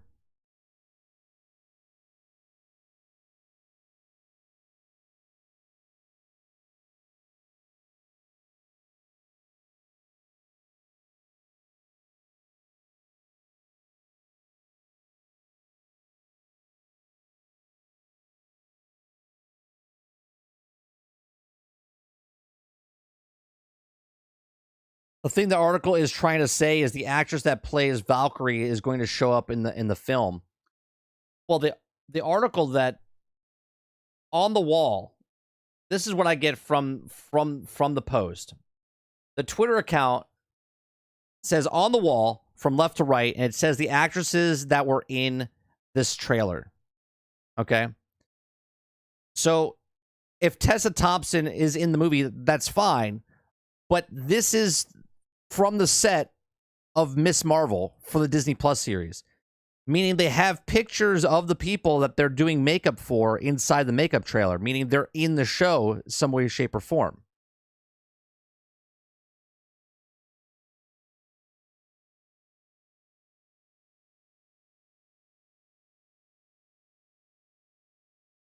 On top of being in the film.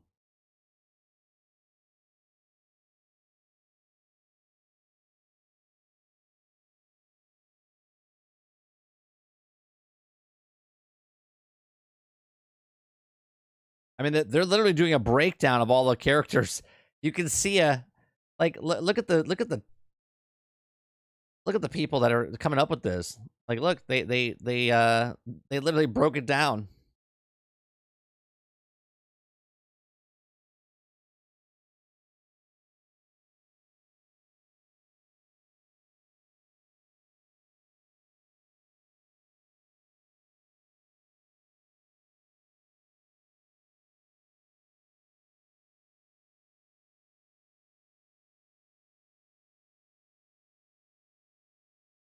Let's see. Doctor Strange 2 might be a victim of Marvel rights issue. Oh. Okay.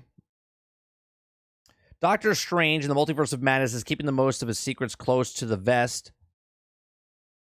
But marketing material for Benedict Cumberbatch's second solo outing as Stephen Strange has already given fans a significant amount of speculation on. Okay. In short, the multiverse is in chaos, and everyone from giant technical eyeball monster to evil ego, altered ego, Strange himself are to blame. Speaking further to the former, promotional pieces have put a big focus on Gargantos, a monster of Strange that can be seen fighting in the teaser trailer. While it's not referenced by name in the footage, leaked toy sets have revealed that the creature identity is taking some of by surprise, considering Gargantos largely operates as a minor antagonist in the Namor comics. Even more surprising, in fact, that the Gargantos design, while true to the comics, closely resembles Shuma-Gorath. The alien octopus often stands opposite of Sorcerer Supreme in the comics, while Shuma is most prominently an antagonist of Doctor Strange on the page. Beyond that, early Doctor Strange in the Multiverse of Madness rumors point to Shuma-Gorath factoring into the upcoming sequel, which such a clear avenue for bring Shuma-Gorath into the fold by opt. Instead, it's speculation to indicate that this could be a matter of legality. Okay. While it may be seem like Marvel comic characters are under the House of the Mouse by now, some remain scattered across Hollywood. At this point, on the comic book, Adam Barnhardt, Shuma-Gorath is a name taken from Robert E. Howard 1967 short story, The Curse of the Golden Skull. That feature Kull the Conqueror and Shuma-Gorath would make his Marvel comic debut 6 years later as Doctor Strange antagonist in 1973 Marvel's premiere number 10. However, is responsible for writing numerous Conan the Barbarian stories, which Marvel regained the comics licensing rights in 2018. That said, the live-action rights are more complicated. Bernhardt mentioned that as of September 2020, Netflix has the rights to Conan live-action animation projects and is currently developing a live-action series focused on famed Barbarian. To make matters more complex, Universal Pictures distributed a Kull the Conqueror movie in 1997. Considering Shuma-Gorath was first introduced in Kull's story, the character's rights may still be tied up with Universal. Shuma-Gorath staying out of Marvel Studios as a Doctor Strange didn't have enough headaches already. So Marvel Studios opting to use Gargantos instead of Shuma makes sense from a legality standpoint. As Twitter user What Strange Days points out, Norwegian video game company Funcom fully acquired the rights of Conan the Barbarian in September of 2021, which adds another piece of the already complicated rights puzzle. In that past, Marvel Studios has executed trades to get characters they didn't have the rights to for feature films. In 2017's Guardians of the Galaxy Volume 2 was unable to use Ego, the Living Planet, a character under the 20th Century Fox banner at the time, by granting Fox permission to change the Teenage Warhead powers in 2016's Deadpool, which director James Gunn confirmed in 2016. Dealing with Robert E. Howard's universe makes trades highly unlikely, as most of Marvel characters don't interact with any Conan or Kull related, making swap unappealing for other studios. Now, interestingly enough, Namor's rights were also under the Universal Pictures banner for over 2 decades. While Namor's rights are back with Marvel today, Marvel Studios president Kevin Feige has admitted that the Submariner situation is not as clean or clear as most of the heroes in the MCU sandbox. With Namor heavily rumored to play a big role in this fall's Black Panther Wakanda Forever, he may be a similar situation as the Hulk. While the mediocre box office performance departure leading the man Edward Norton are 2 major reasons 2008's Incredible Hulk was not received a sequel, and really only boils down to the rights. Universal Pictures still has the distribute rights to solo Hulk films, but Marvel Studios is free to use Bruce Banner in future multi-character films, and which have included everything from Avenger films to 2017's Thor Ragnarok. So a solo Namor project may be prevented due to the familiar reasonings of the Hulk standalone sequel, but giving characters a likely appearance in Black Panther 2 is a reason to believe he's free to show up and face multi-character films just like Bruce Banner. The logic extends in both Gargantos and Shuma-Gorath. Being under the same character library as Namor likely gives him the freedom to show up in projects that don't solely focus on him. While Gargantos only factors 2 studios, which are 2 that I've laid the groundwork for kind of deal in the past. Shuma is another beast. Beyond Universal Pictures, Marvel would also potentially negotiate with Netflix, Funcom, and Howard's family. Jesus. Holy shit. After conducting most of the principal photography in winter of 2020 into 2021, Doctor Strange Multiverse of Madness returns for a 6-week reshoot period in November 2021, starring Benedict Cumberbatch's point to logistics, COVID, etc., as a reason for reshoots, but the Gargantos situation may also be a factor. If Marvel Studios intends to use Shuma-Gorath in the film, they are unable to get around it by simply changing the character's name. In the comics, Gargantos largely operates as just a sea monster, like Shuma-Gorath is an innocent demon with the supernatural powers in order to avoid legal troubles. Doctor Strange 2 Gargantos would need to operate as its own entity, its own identity, rather than just taking Shuma-Gorath's abilities and calling it a day. This reshoot period may also been an opportunity to redefine Gargantos' character to ensure the acts distinctly enough from Shuma-Gorath. If Gargantos plays a big enough role in Doctor Strange 2, The Living Planet did in Guardians of the Galaxy Volume 2, and the Marvel Studios doesn't have trade opportunity to clean up the legal situation. Man, lawyers love their shit, man. So they have to go through like 3 different things. So not saying it's not happening, but Shuma, I know you guys talking about it a lot, probably most likely won't happen. And if it does, he has to be, traded for. which is pretty interesting. I didn't know they swapped or traded things. Like, hey, you did us a solid. Well, I guess that's not true because that's basically what Spider-Man did with Sony, right? Or Sony did with Spider-Man. They're like, we'll give you Spider-Man, but then you got to give us something on loan, right? This is why Marvel needs to just buy the rights back. I want access to all Marvel characters. Yeah, but when you don't want to feel like you're... see, I don't think that's the way, Krebsy, because if they just do that, that means they're going to have to pay buku bucks for that character's rights. And they would rather just come up with another hero or gender swap or race swap or... I mean, we talked about the other one for the legal rights and stuff, what's going on with the main heroes, hence why they're swapping gear, shifting gears, moving forward, like getting rid of the old timers and moving in the new young blood. Not because of younger blood, just because of the rights that are going on. Sony should never sell the rights back to Spidey. They probably won't. They were...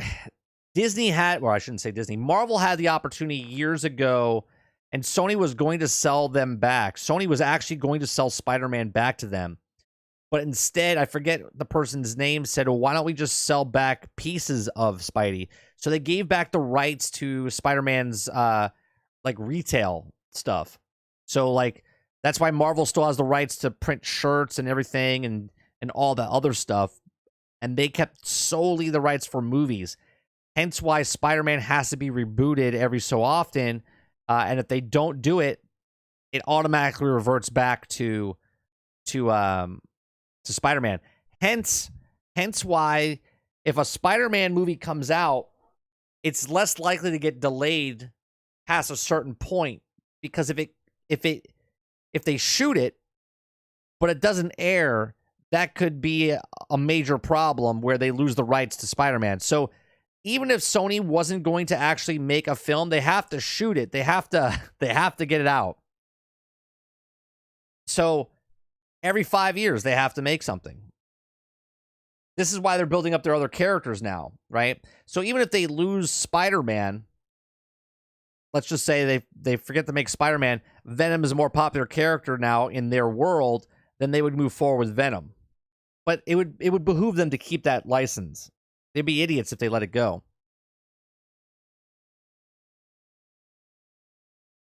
Stan Lee made way too much money at the time, so he sold Spidey.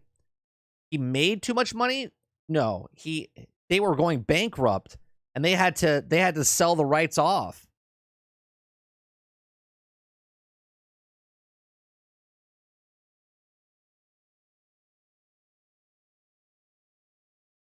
Disney had them by the balls after Amazing Spider-Man. Success of Tom Holland crushed that dream. Yeah.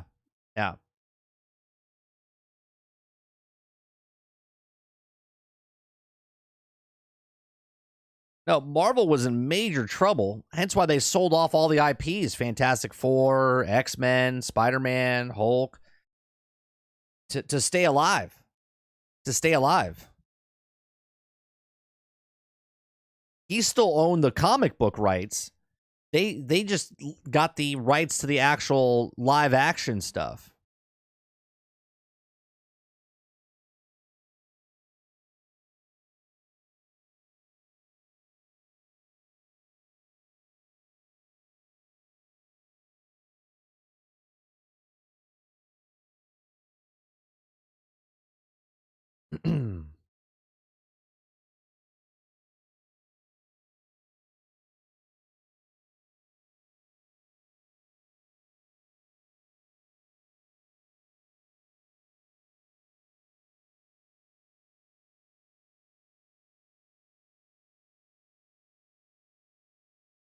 Let's see. Sony needs to all avenues they can get so they don't have to rely on PlayStation. So how bad is DC getting? Oh, it's getting bad. It's getting bad. Potentially.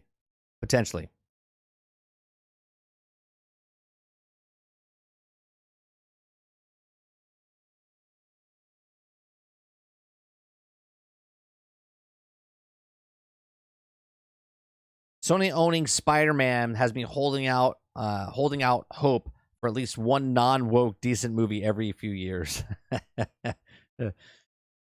So what's happening with the DC? Let me see if I could find.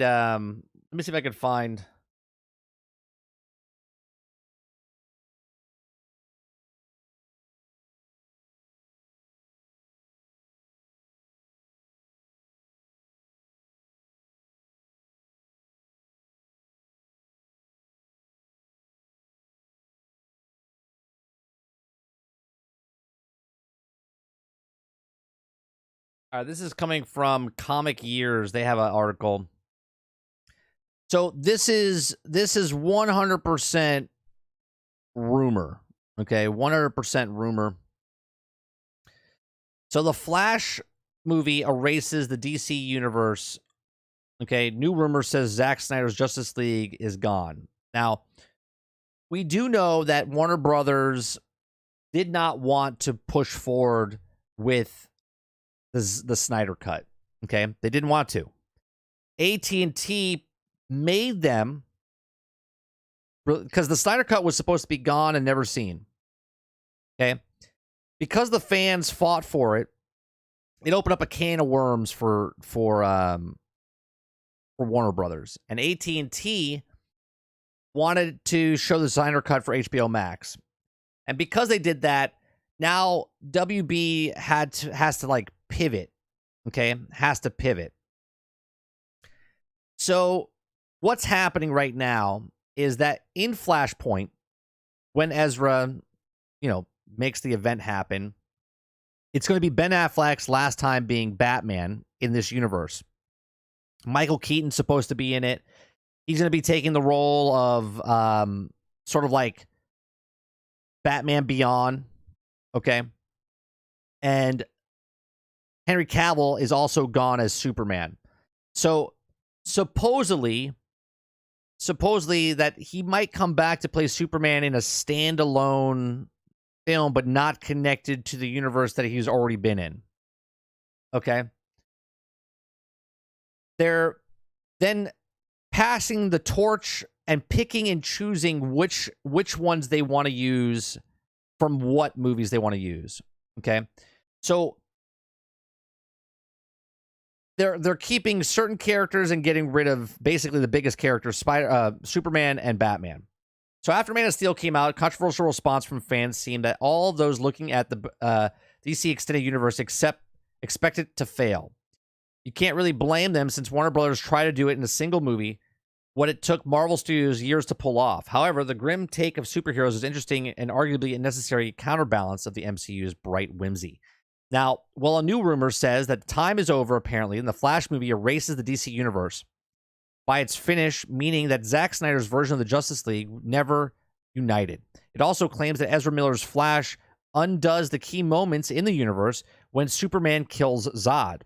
Okay, we know that the movie is directed by Andy Muschietti, is breaking through the DC multiverse. Not only is Ben Affleck back for what is likely his last outing as Batman, but the OG from Tim Burton's Batman, Michael Keaton, is returning as well. So all sorts of alternate takes on the DC worlds we know and somewhat we don't are likely to be seen. Also, the Crisis of Infinity Earths on CW events showed you can't really destroy the multiverses. Things may change, but they all still happen. The same versions of them always exist on the Infinite. Okay. Yet in defense of the rumor, this would not be the first time DC Comics used the Flash-based multiverse event to clean up a problematic continuity. The original Crisis of Infinity Earths comic crossover was designed to just do that. Yet the more accepting age of nostalgia and variations of the franchise is much more common to say. It's all happened, and that's probably what's going on here. Now, the Flash movie erases the DC according to this rumor. Even if we don't report on them, we love the leaks and rumors and spoilers, and they're also in the internet leaks and been circulating since Ben Affleck and Keaton were both confirmed after fandom, essentially the events of the Flash build of Zack Snyder's Justice League. Where it breaks through into the Speed Force, though, is able to travel through time, and he either stars to end the film by trying to erase all the bad things that happened to his friends. Barry saves Steve Trevor. He stops Robin from dying, but he doesn't save Bruce's parents. He warns Superman about Zod, so the Battle of Metropolis never takes place, and Zod isn't killed. Thus, there is no body to turn into Doomsday, nor activate the Mother's boxes. The result of this is what did you do, Barry? Shenanigans is the DC Universe Justice League never forms. So if everything in the rumor happens, it's fairly to say that Flash movie erases the DCU, including the Justice League, and all the characterizations that come from Zack Snyder. Even those of us who aren't convinced that DC Films is out to get Snyderverse and its fans. They aren't. They want your money too. Now that feels like a colossal stupid decision. Warner Brothers has made bad DC Films decisions in the past, but they're also already embracing the idea of the multiverse that says it's all canon. However, it does feel possible, and almost likely that it will be tweaked at tweaks made. However, even if it's all true, it still doesn't mean that the DC Universe Justice League is erased. The movies still exist. It's always will. I hate that stance. I hate that fucking stance when people say, well, you can't take it away from me. Like, I cannot watch 7, 8, and 9, okay, because they don't exist to me, but they're there. Yeah, you didn't take away my my original series, but you basically shit all over it with the series that you created. Yes, I can go back and watch them, but if I continue to watch yours, it completely dismantles everything that I liked before, okay? And if they're connected. So basically what's happening here, they're also bringing in Supergirl to take over for Superman. Michael Keaton's going to train the new Bat person, which is Batgirl now, to take over for Batman. And I believe also Black Canary's coming in. Okay? So you have Supergirl, you have Wonder Woman, you have Batgirl, you have Black Canary, and then you also have Aquaman. And I believe Amber Heard's character as well. Okay? So the Flash movie erases the DC Universe completely feels preposterous with the success of Spider-Man No Way Home. It seems that it'll never be clear that the fans can accept multiple versions of the same character. They've been accepting superhero universes that are not connected up until the dawn of Marvel Cinematic Universe. The undoing of the continuity of more of a half a dozen movies while using actors from continuity feels like a self-inflicted personal insult on top of the financial injuries. It seems very unlikely that the Zack Snyder will finish his multi-film version of the DC Universe live action, and feel that there might be an argument on made of the series animated films akin to the Spider-Verse in terms of budget and quality. So also Shazam was actually going to be a part of the Justice League, and he's going to be one of the leaders of going forward as well. Time travel multiverse let you do anything and fix anything. I mean, that Spider-Man was a good movie without no narrative of agenda pushing. That's why I killing at the box office. If Marvel owned Spidey, Tom would have replaced with a woman or some crap. It's true.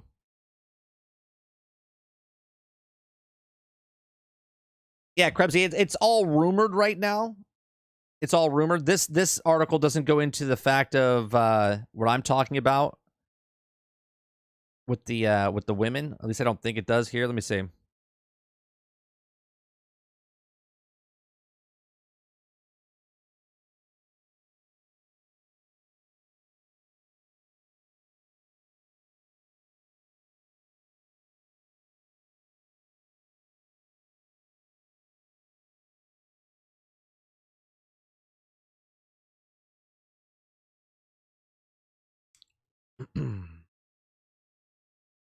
Why isn't this opening up? That's 3 days ago. Okay, there it is. Let me see if it says it. Yeah, because this is going to be the new Supergirl.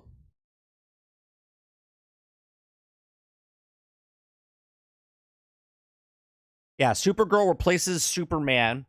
A number of sources are claiming that one of the biggest things that The Flash will introduce is removal of Superman Henry Cavill in favor of Supergirl's Sasha Calle, who will also be introduced in the Flash movie as presumably the Kryptonian from the alternate timeline.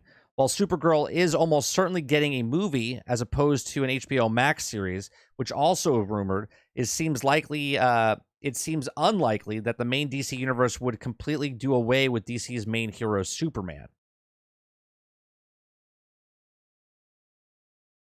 It says, The Flash, Ben Affleck, a final appearance, old footage of Cavill used on TV, new Justice League form, Supergirl is the new Superman, Keaton working with Black Canary, picks Batgirl as new Batman. And this new DC, let's be open-minded and give it a fair shot. This is from Grace Randolph that we talked about yesterday or 2 days ago. Here's the thing I don't understand. And I have no problem. I have no problem if you take a character and you build up their own movie first, right? Like, make a Batgirl film, right? Make a Supergirl film. But what they're doing instead is they're making a team-up movie, and they're just replacing people. They're just like, here's your character, here's a new character, this character's taking over your character, and be okay with it, type of thing. And they're forcing it down your throat instead of easing you into it. So, for instance, even though we know that Hawkeye is being replaced by Kate Bishop, and people are pissed about it, at least they did it in a way where you kind of get to know the character and you move it forward. Okay? If the Flash movie, because they're taking their sweet-ass time making this, right? The Flash movie is coming out before the Supergirl film, before a Batgirl film, before all this other stuff. They're just wiping the slate clean completely. And I believe that you ruin what people love about the comics, right? The reason that the movie industry picked up the comic book to make into films is because they knew they had a fan base of making stuff. But yet they keep, Marvel's doing it, DC's doing it. They're pushing stuff that didn't sell. And now they're like, well, it didn't sell in comic books, but there's a bigger audience that watches movies, and majority of women don't read comics, so it's a male-dominated industry. So why don't we put it in the movie industry, and then we'll market it that way, and women watch movies. Women don't really read comics. There are women that read comics, don't get me wrong, but the percentage of women that read comics is much less likely than the people that watch films. So they're trying to capture the women in the world that don't read comics, but they'll watch a movie about it, right? I would be okay if they dropped Ben Batman and Cyborg, but why drop Henry and replace him with Supergirl? Clark Kent is Superman. Here's the thing with DC. They've had more bombs than hits with their films in the recent years, okay? Nobody hates the women characters in comic books. That's just stupid. There's so many fans, and the reason the women characters are popular is because majority of the guys, or the majority of the fans, are guys that read the comics. That's why they were drawn the way they were, because they were sexy looking, right? And you would read the comics and look at the characters, right? They were made by guys when they came out originally, okay? So they're trying to promote it in the movie form to get other people's eyeballs on it, but they're like shitting all over how to get there. Is Doomsday going to be replaced by Rainbow Week? Yeah. As much as I love the Snyder Cut, but it was very abused with slow-mo. Hope the Flash movie isn't like that. Oh, of course it was going to be. How else are you going to see Flash? You got to see him in slow-mo. He's going to be moving so fast. He's moving slow.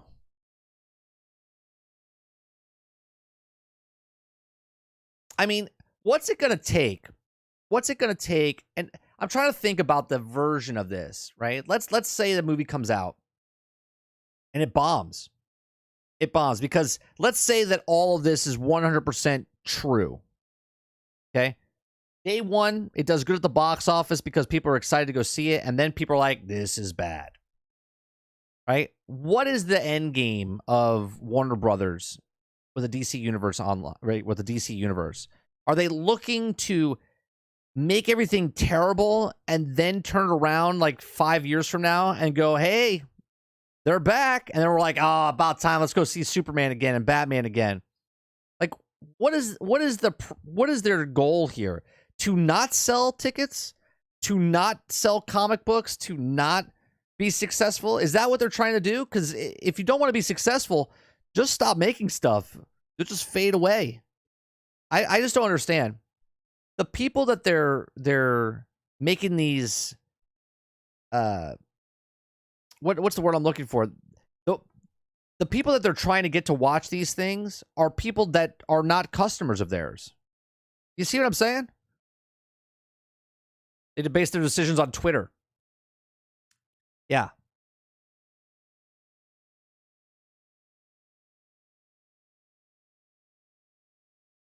I don't understand how you wouldn't make another movie.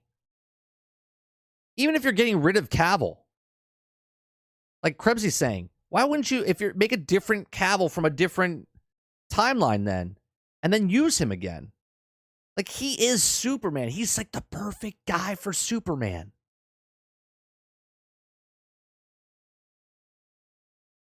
I think DC will end up merging with the Marvel's universe. I don't. That might be like a one and done type of thing. I don't know. I think Marvel's got way too much on their plate to do that, but who knows?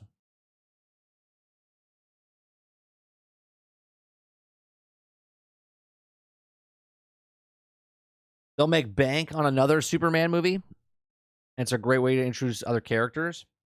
I mean, I just don't understand why they. Have you seen the Supergirl?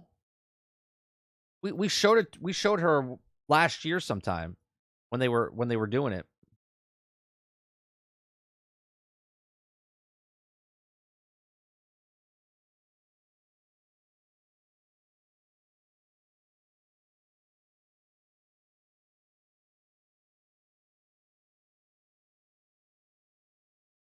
Oh, that's good. My browser just crashed.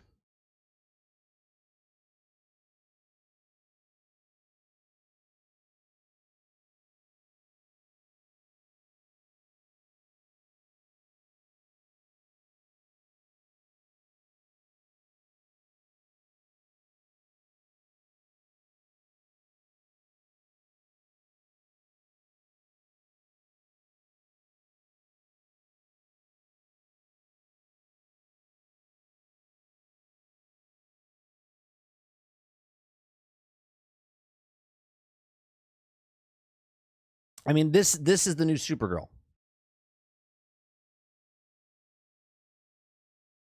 And the crazy part is, like, she's a good-looking girl, right?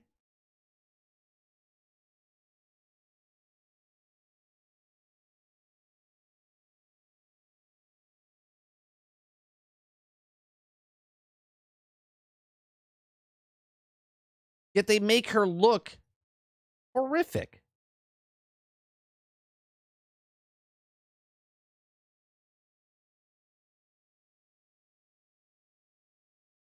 Like, look at this girl. Right? It's like, how do we take a smoking hot girl and turn her into the most unattractive superhero ever?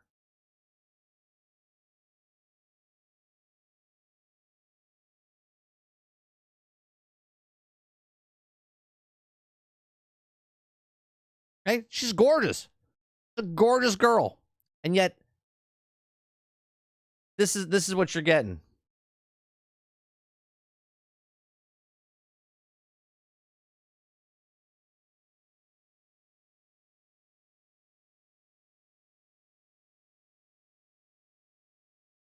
I'm so confused. So you're getting rid of the man to bring in a hot girl to make her look like a man. Got it. That's definitely subduing my expectations.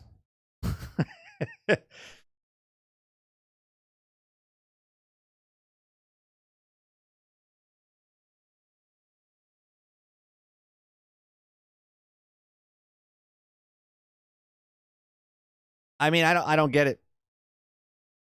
Wasn't Leto supposed to make a standalone Joker film, or are they going to capitalize on Phoenix's Joker? Supposedly they were going to, but I think that's out of who knows what they're doing now. Who knows what they're doing now?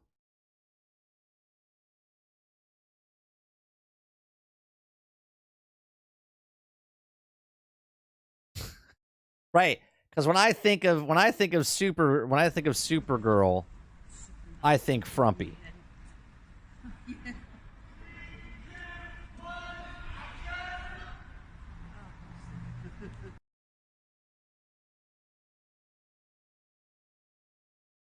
Like it's mind-boggling to me.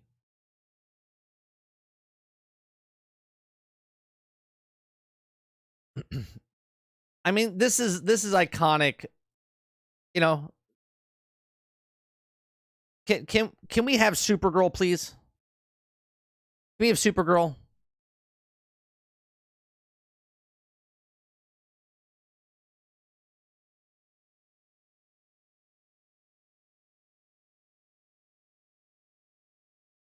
I mean, does she get in a fight and I have to chop her hair off? I don't know. Because this just looks I don't get it. I don't get it. Replacing Superman is like making Tony Stark Tiffany Stark. Changing things to the sake of changing isn't smart. Well, Supergirl's always been a character my whole lifetime. Okay?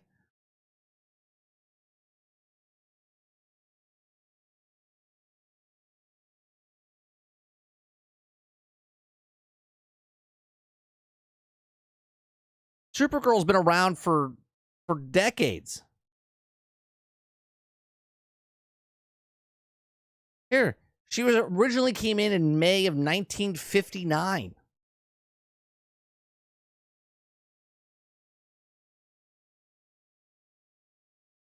It's like, look, I don't know when this was. Okay, you see how she was. You see how she like in the 80s and stuff, and she got cuter. Okay, and then what is this? What is this?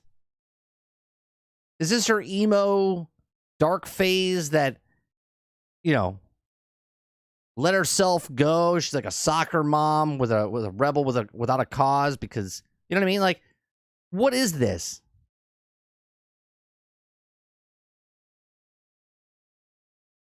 I don't understand. I mean, I don't need Supergirl with the booty shorts and stuff like that. That's not what I'm looking for. Okay?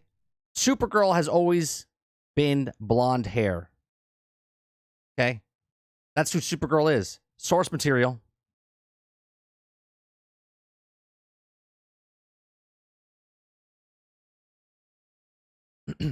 But for some reason, they're like, nah, let's make her look more like a man.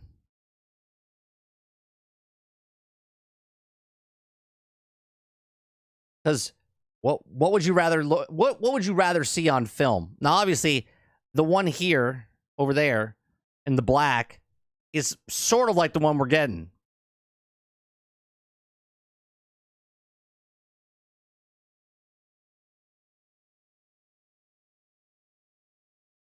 I hope it's good. I do. But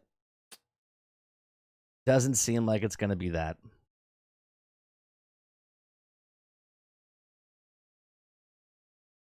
Right? Even when you had Batgirl, Batgirl's lesbian, right? Then she left. They brought her in with another one, and she's also, right? They try to make you. It's like, come on.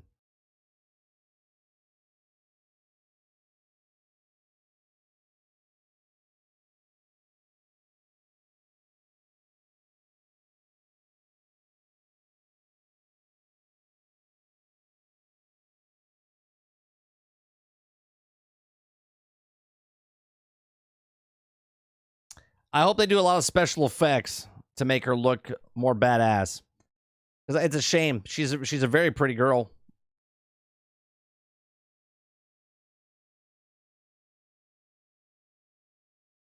Hell, This even looks better, right? This even looks better. That mock-up.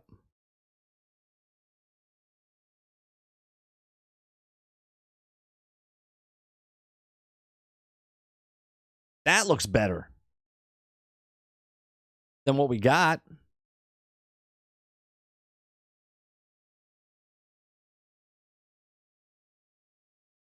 I don't know what it is. Why are they painting? I mean, obviously this is a painting, but even the abs they gave her, it looks funny. Look, they gave her abs like a Halloween costume.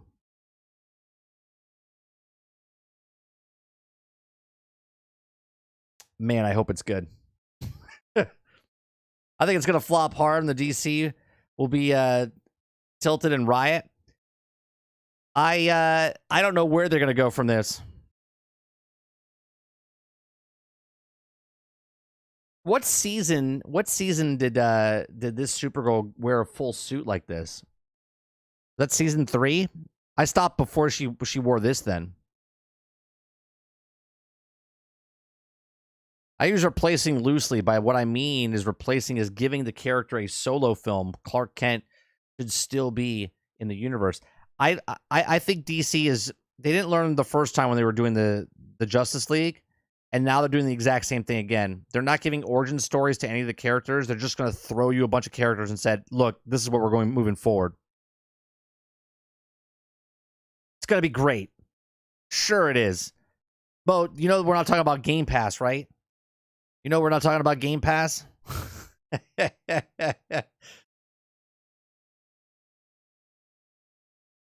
3 during the Crisis stuff. Well, what happened? Did she get talked to? Like, you don't need to wear that. You're your own woman. You could wear pants like a man. No, that's a movie. That's a movie, Mo.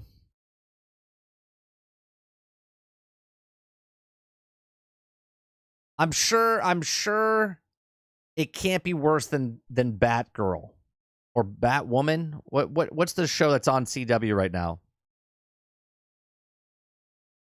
What's the show on CW right now? Is it Batwoman, right? Yeah, Batwoman.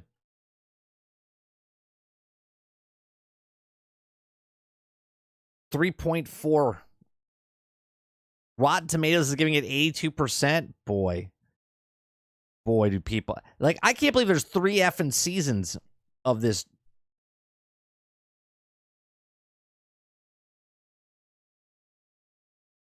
It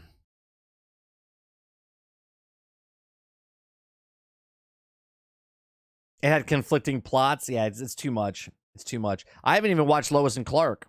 The new is that what it's called? Lois. Is it called Lois and Clark? No, that's the old show. What's the new show with Superman?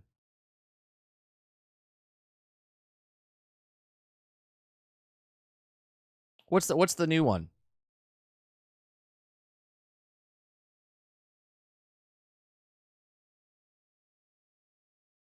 Superman and Lois. Got it. I heard the first season's good. I'm gonna wait for a couple of seasons before. The new one's called Lois and Clark as well?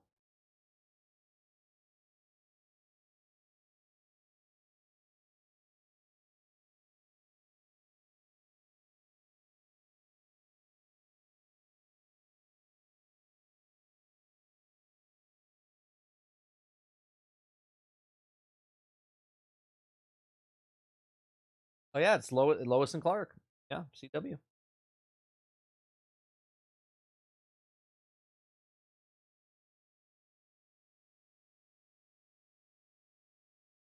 I thought it was Superman and Lois. Nope, it's called Superman. Oh wait, no, it is called Superman and Lois. You're correct. It is called Superman and Lois. Mo is correct. Mo is watching it.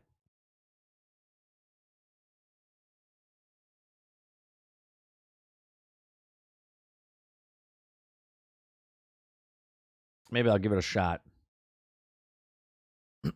Well, that does it for all the comic book news from the past week over here. Like Christ, there was a lot of stuff. So what's Superman and Lois? No, that you are correct. That's the correct one. This is the one I was talking about. This is the one right here that I'm talking about. This is Superman and Lois.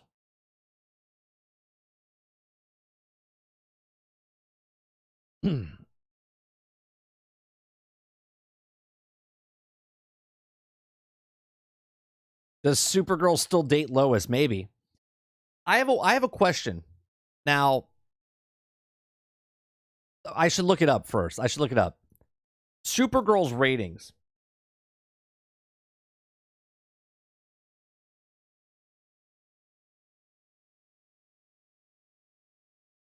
Let me look up the ratings. It's a 6 seasons. Supergirl ratings. 6 season rating. Cancel, renew TV shows. I don't want 6 season rank. I want.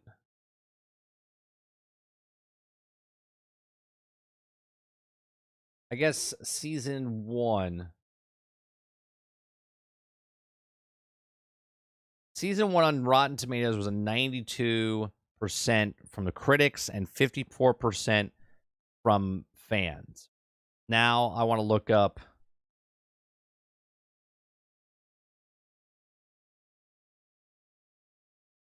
Superman and Lois, which is 88% critics and 71% fans. I mean, I know it's a small sampling of it, right? But Superman just pulls in more people. Like Superman better.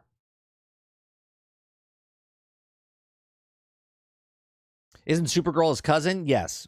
Yes, she's actually older than Clark, but she made it to Earth later than him. So he becomes older than her in some forms.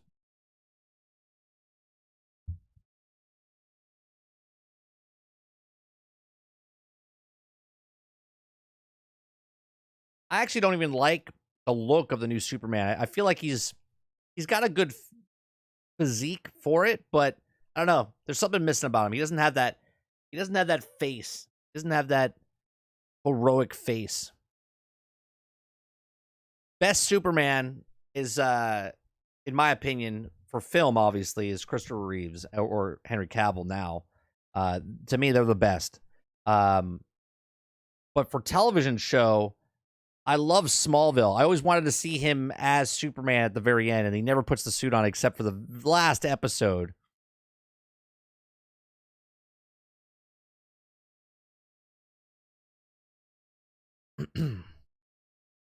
Clark Kent is Karen Kent. Yeah.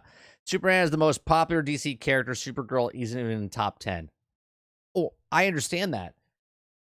But why are they making her look like a man? Supergirl has always been a blonde hair girl. You know who was a really good looking Supergirl? Oh, man. Let me show you.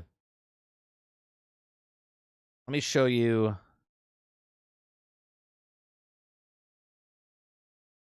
This girl was gorgeous. This was Supergirl in Smallville. Okay. This was Supergirl. She was gorgeous.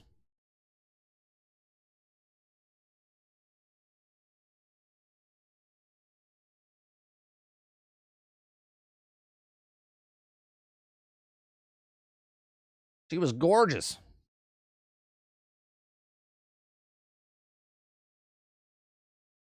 Same reason all the women in She-Ma'am had the haircut.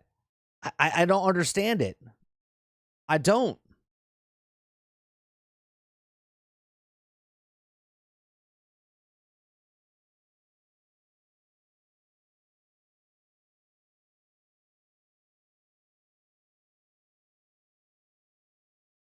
Lauren Vanderroot. Dean Cain wasn't Superman. He wasn't a bad Superman. I liked the show. I thought it was a good. When that show came out, it was like a different time, right? It was like a weird the way the show was. It was called Lois and Clark, right? It wasn't a Superman show. It was Lois and Clark. Superman was dabbled in there.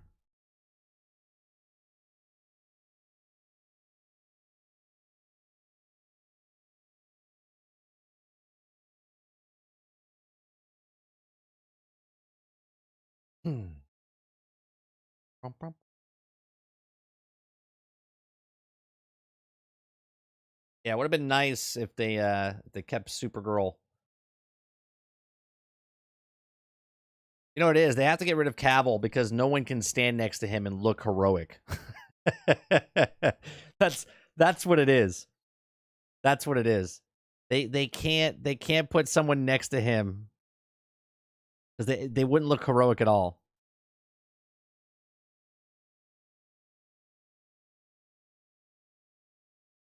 They'll be like, yeah, that's not gonna happen.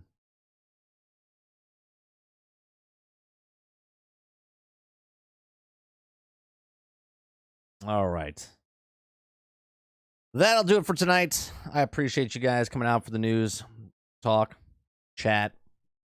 We'll be back tomorrow morning, and then tomorrow night, 8 p.m. on the 8s. Tomorrow morning, Daily Grind, and tomorrow evening, the podcast of Boba Fett. Don't forget to watch that tonight, tomorrow, wherever you are. Is Gal getting replaced? No, she's not. No, Wonder Woman is a fixture. I already said that. Wonder Woman is staying. Aquaman is staying. Affleck is out. Cavill is out. And Ezra is in. The Flash is in.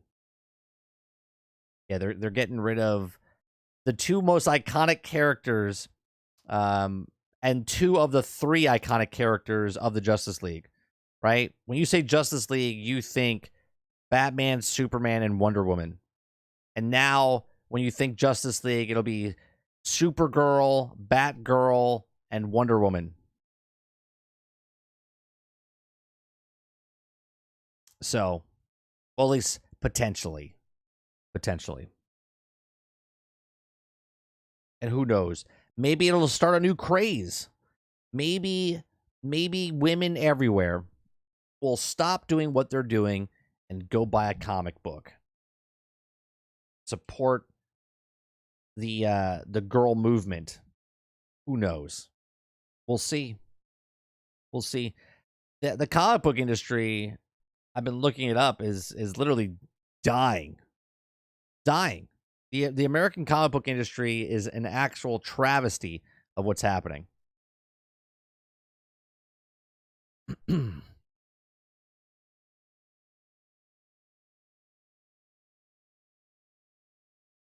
All right. We'll see you guys tomorrow morning, 8 o'clock. We'll be playing some more Marvel Avengers, getting up and finishing up the cosmic stuff. And then Reset happens tomorrow afternoon, and then we'll play Boba Fett tomorrow night, 8 p.m. Eastern. You guys have a wonderful night. Thanks for tuning in. I'll see you guys in the next one. Peace.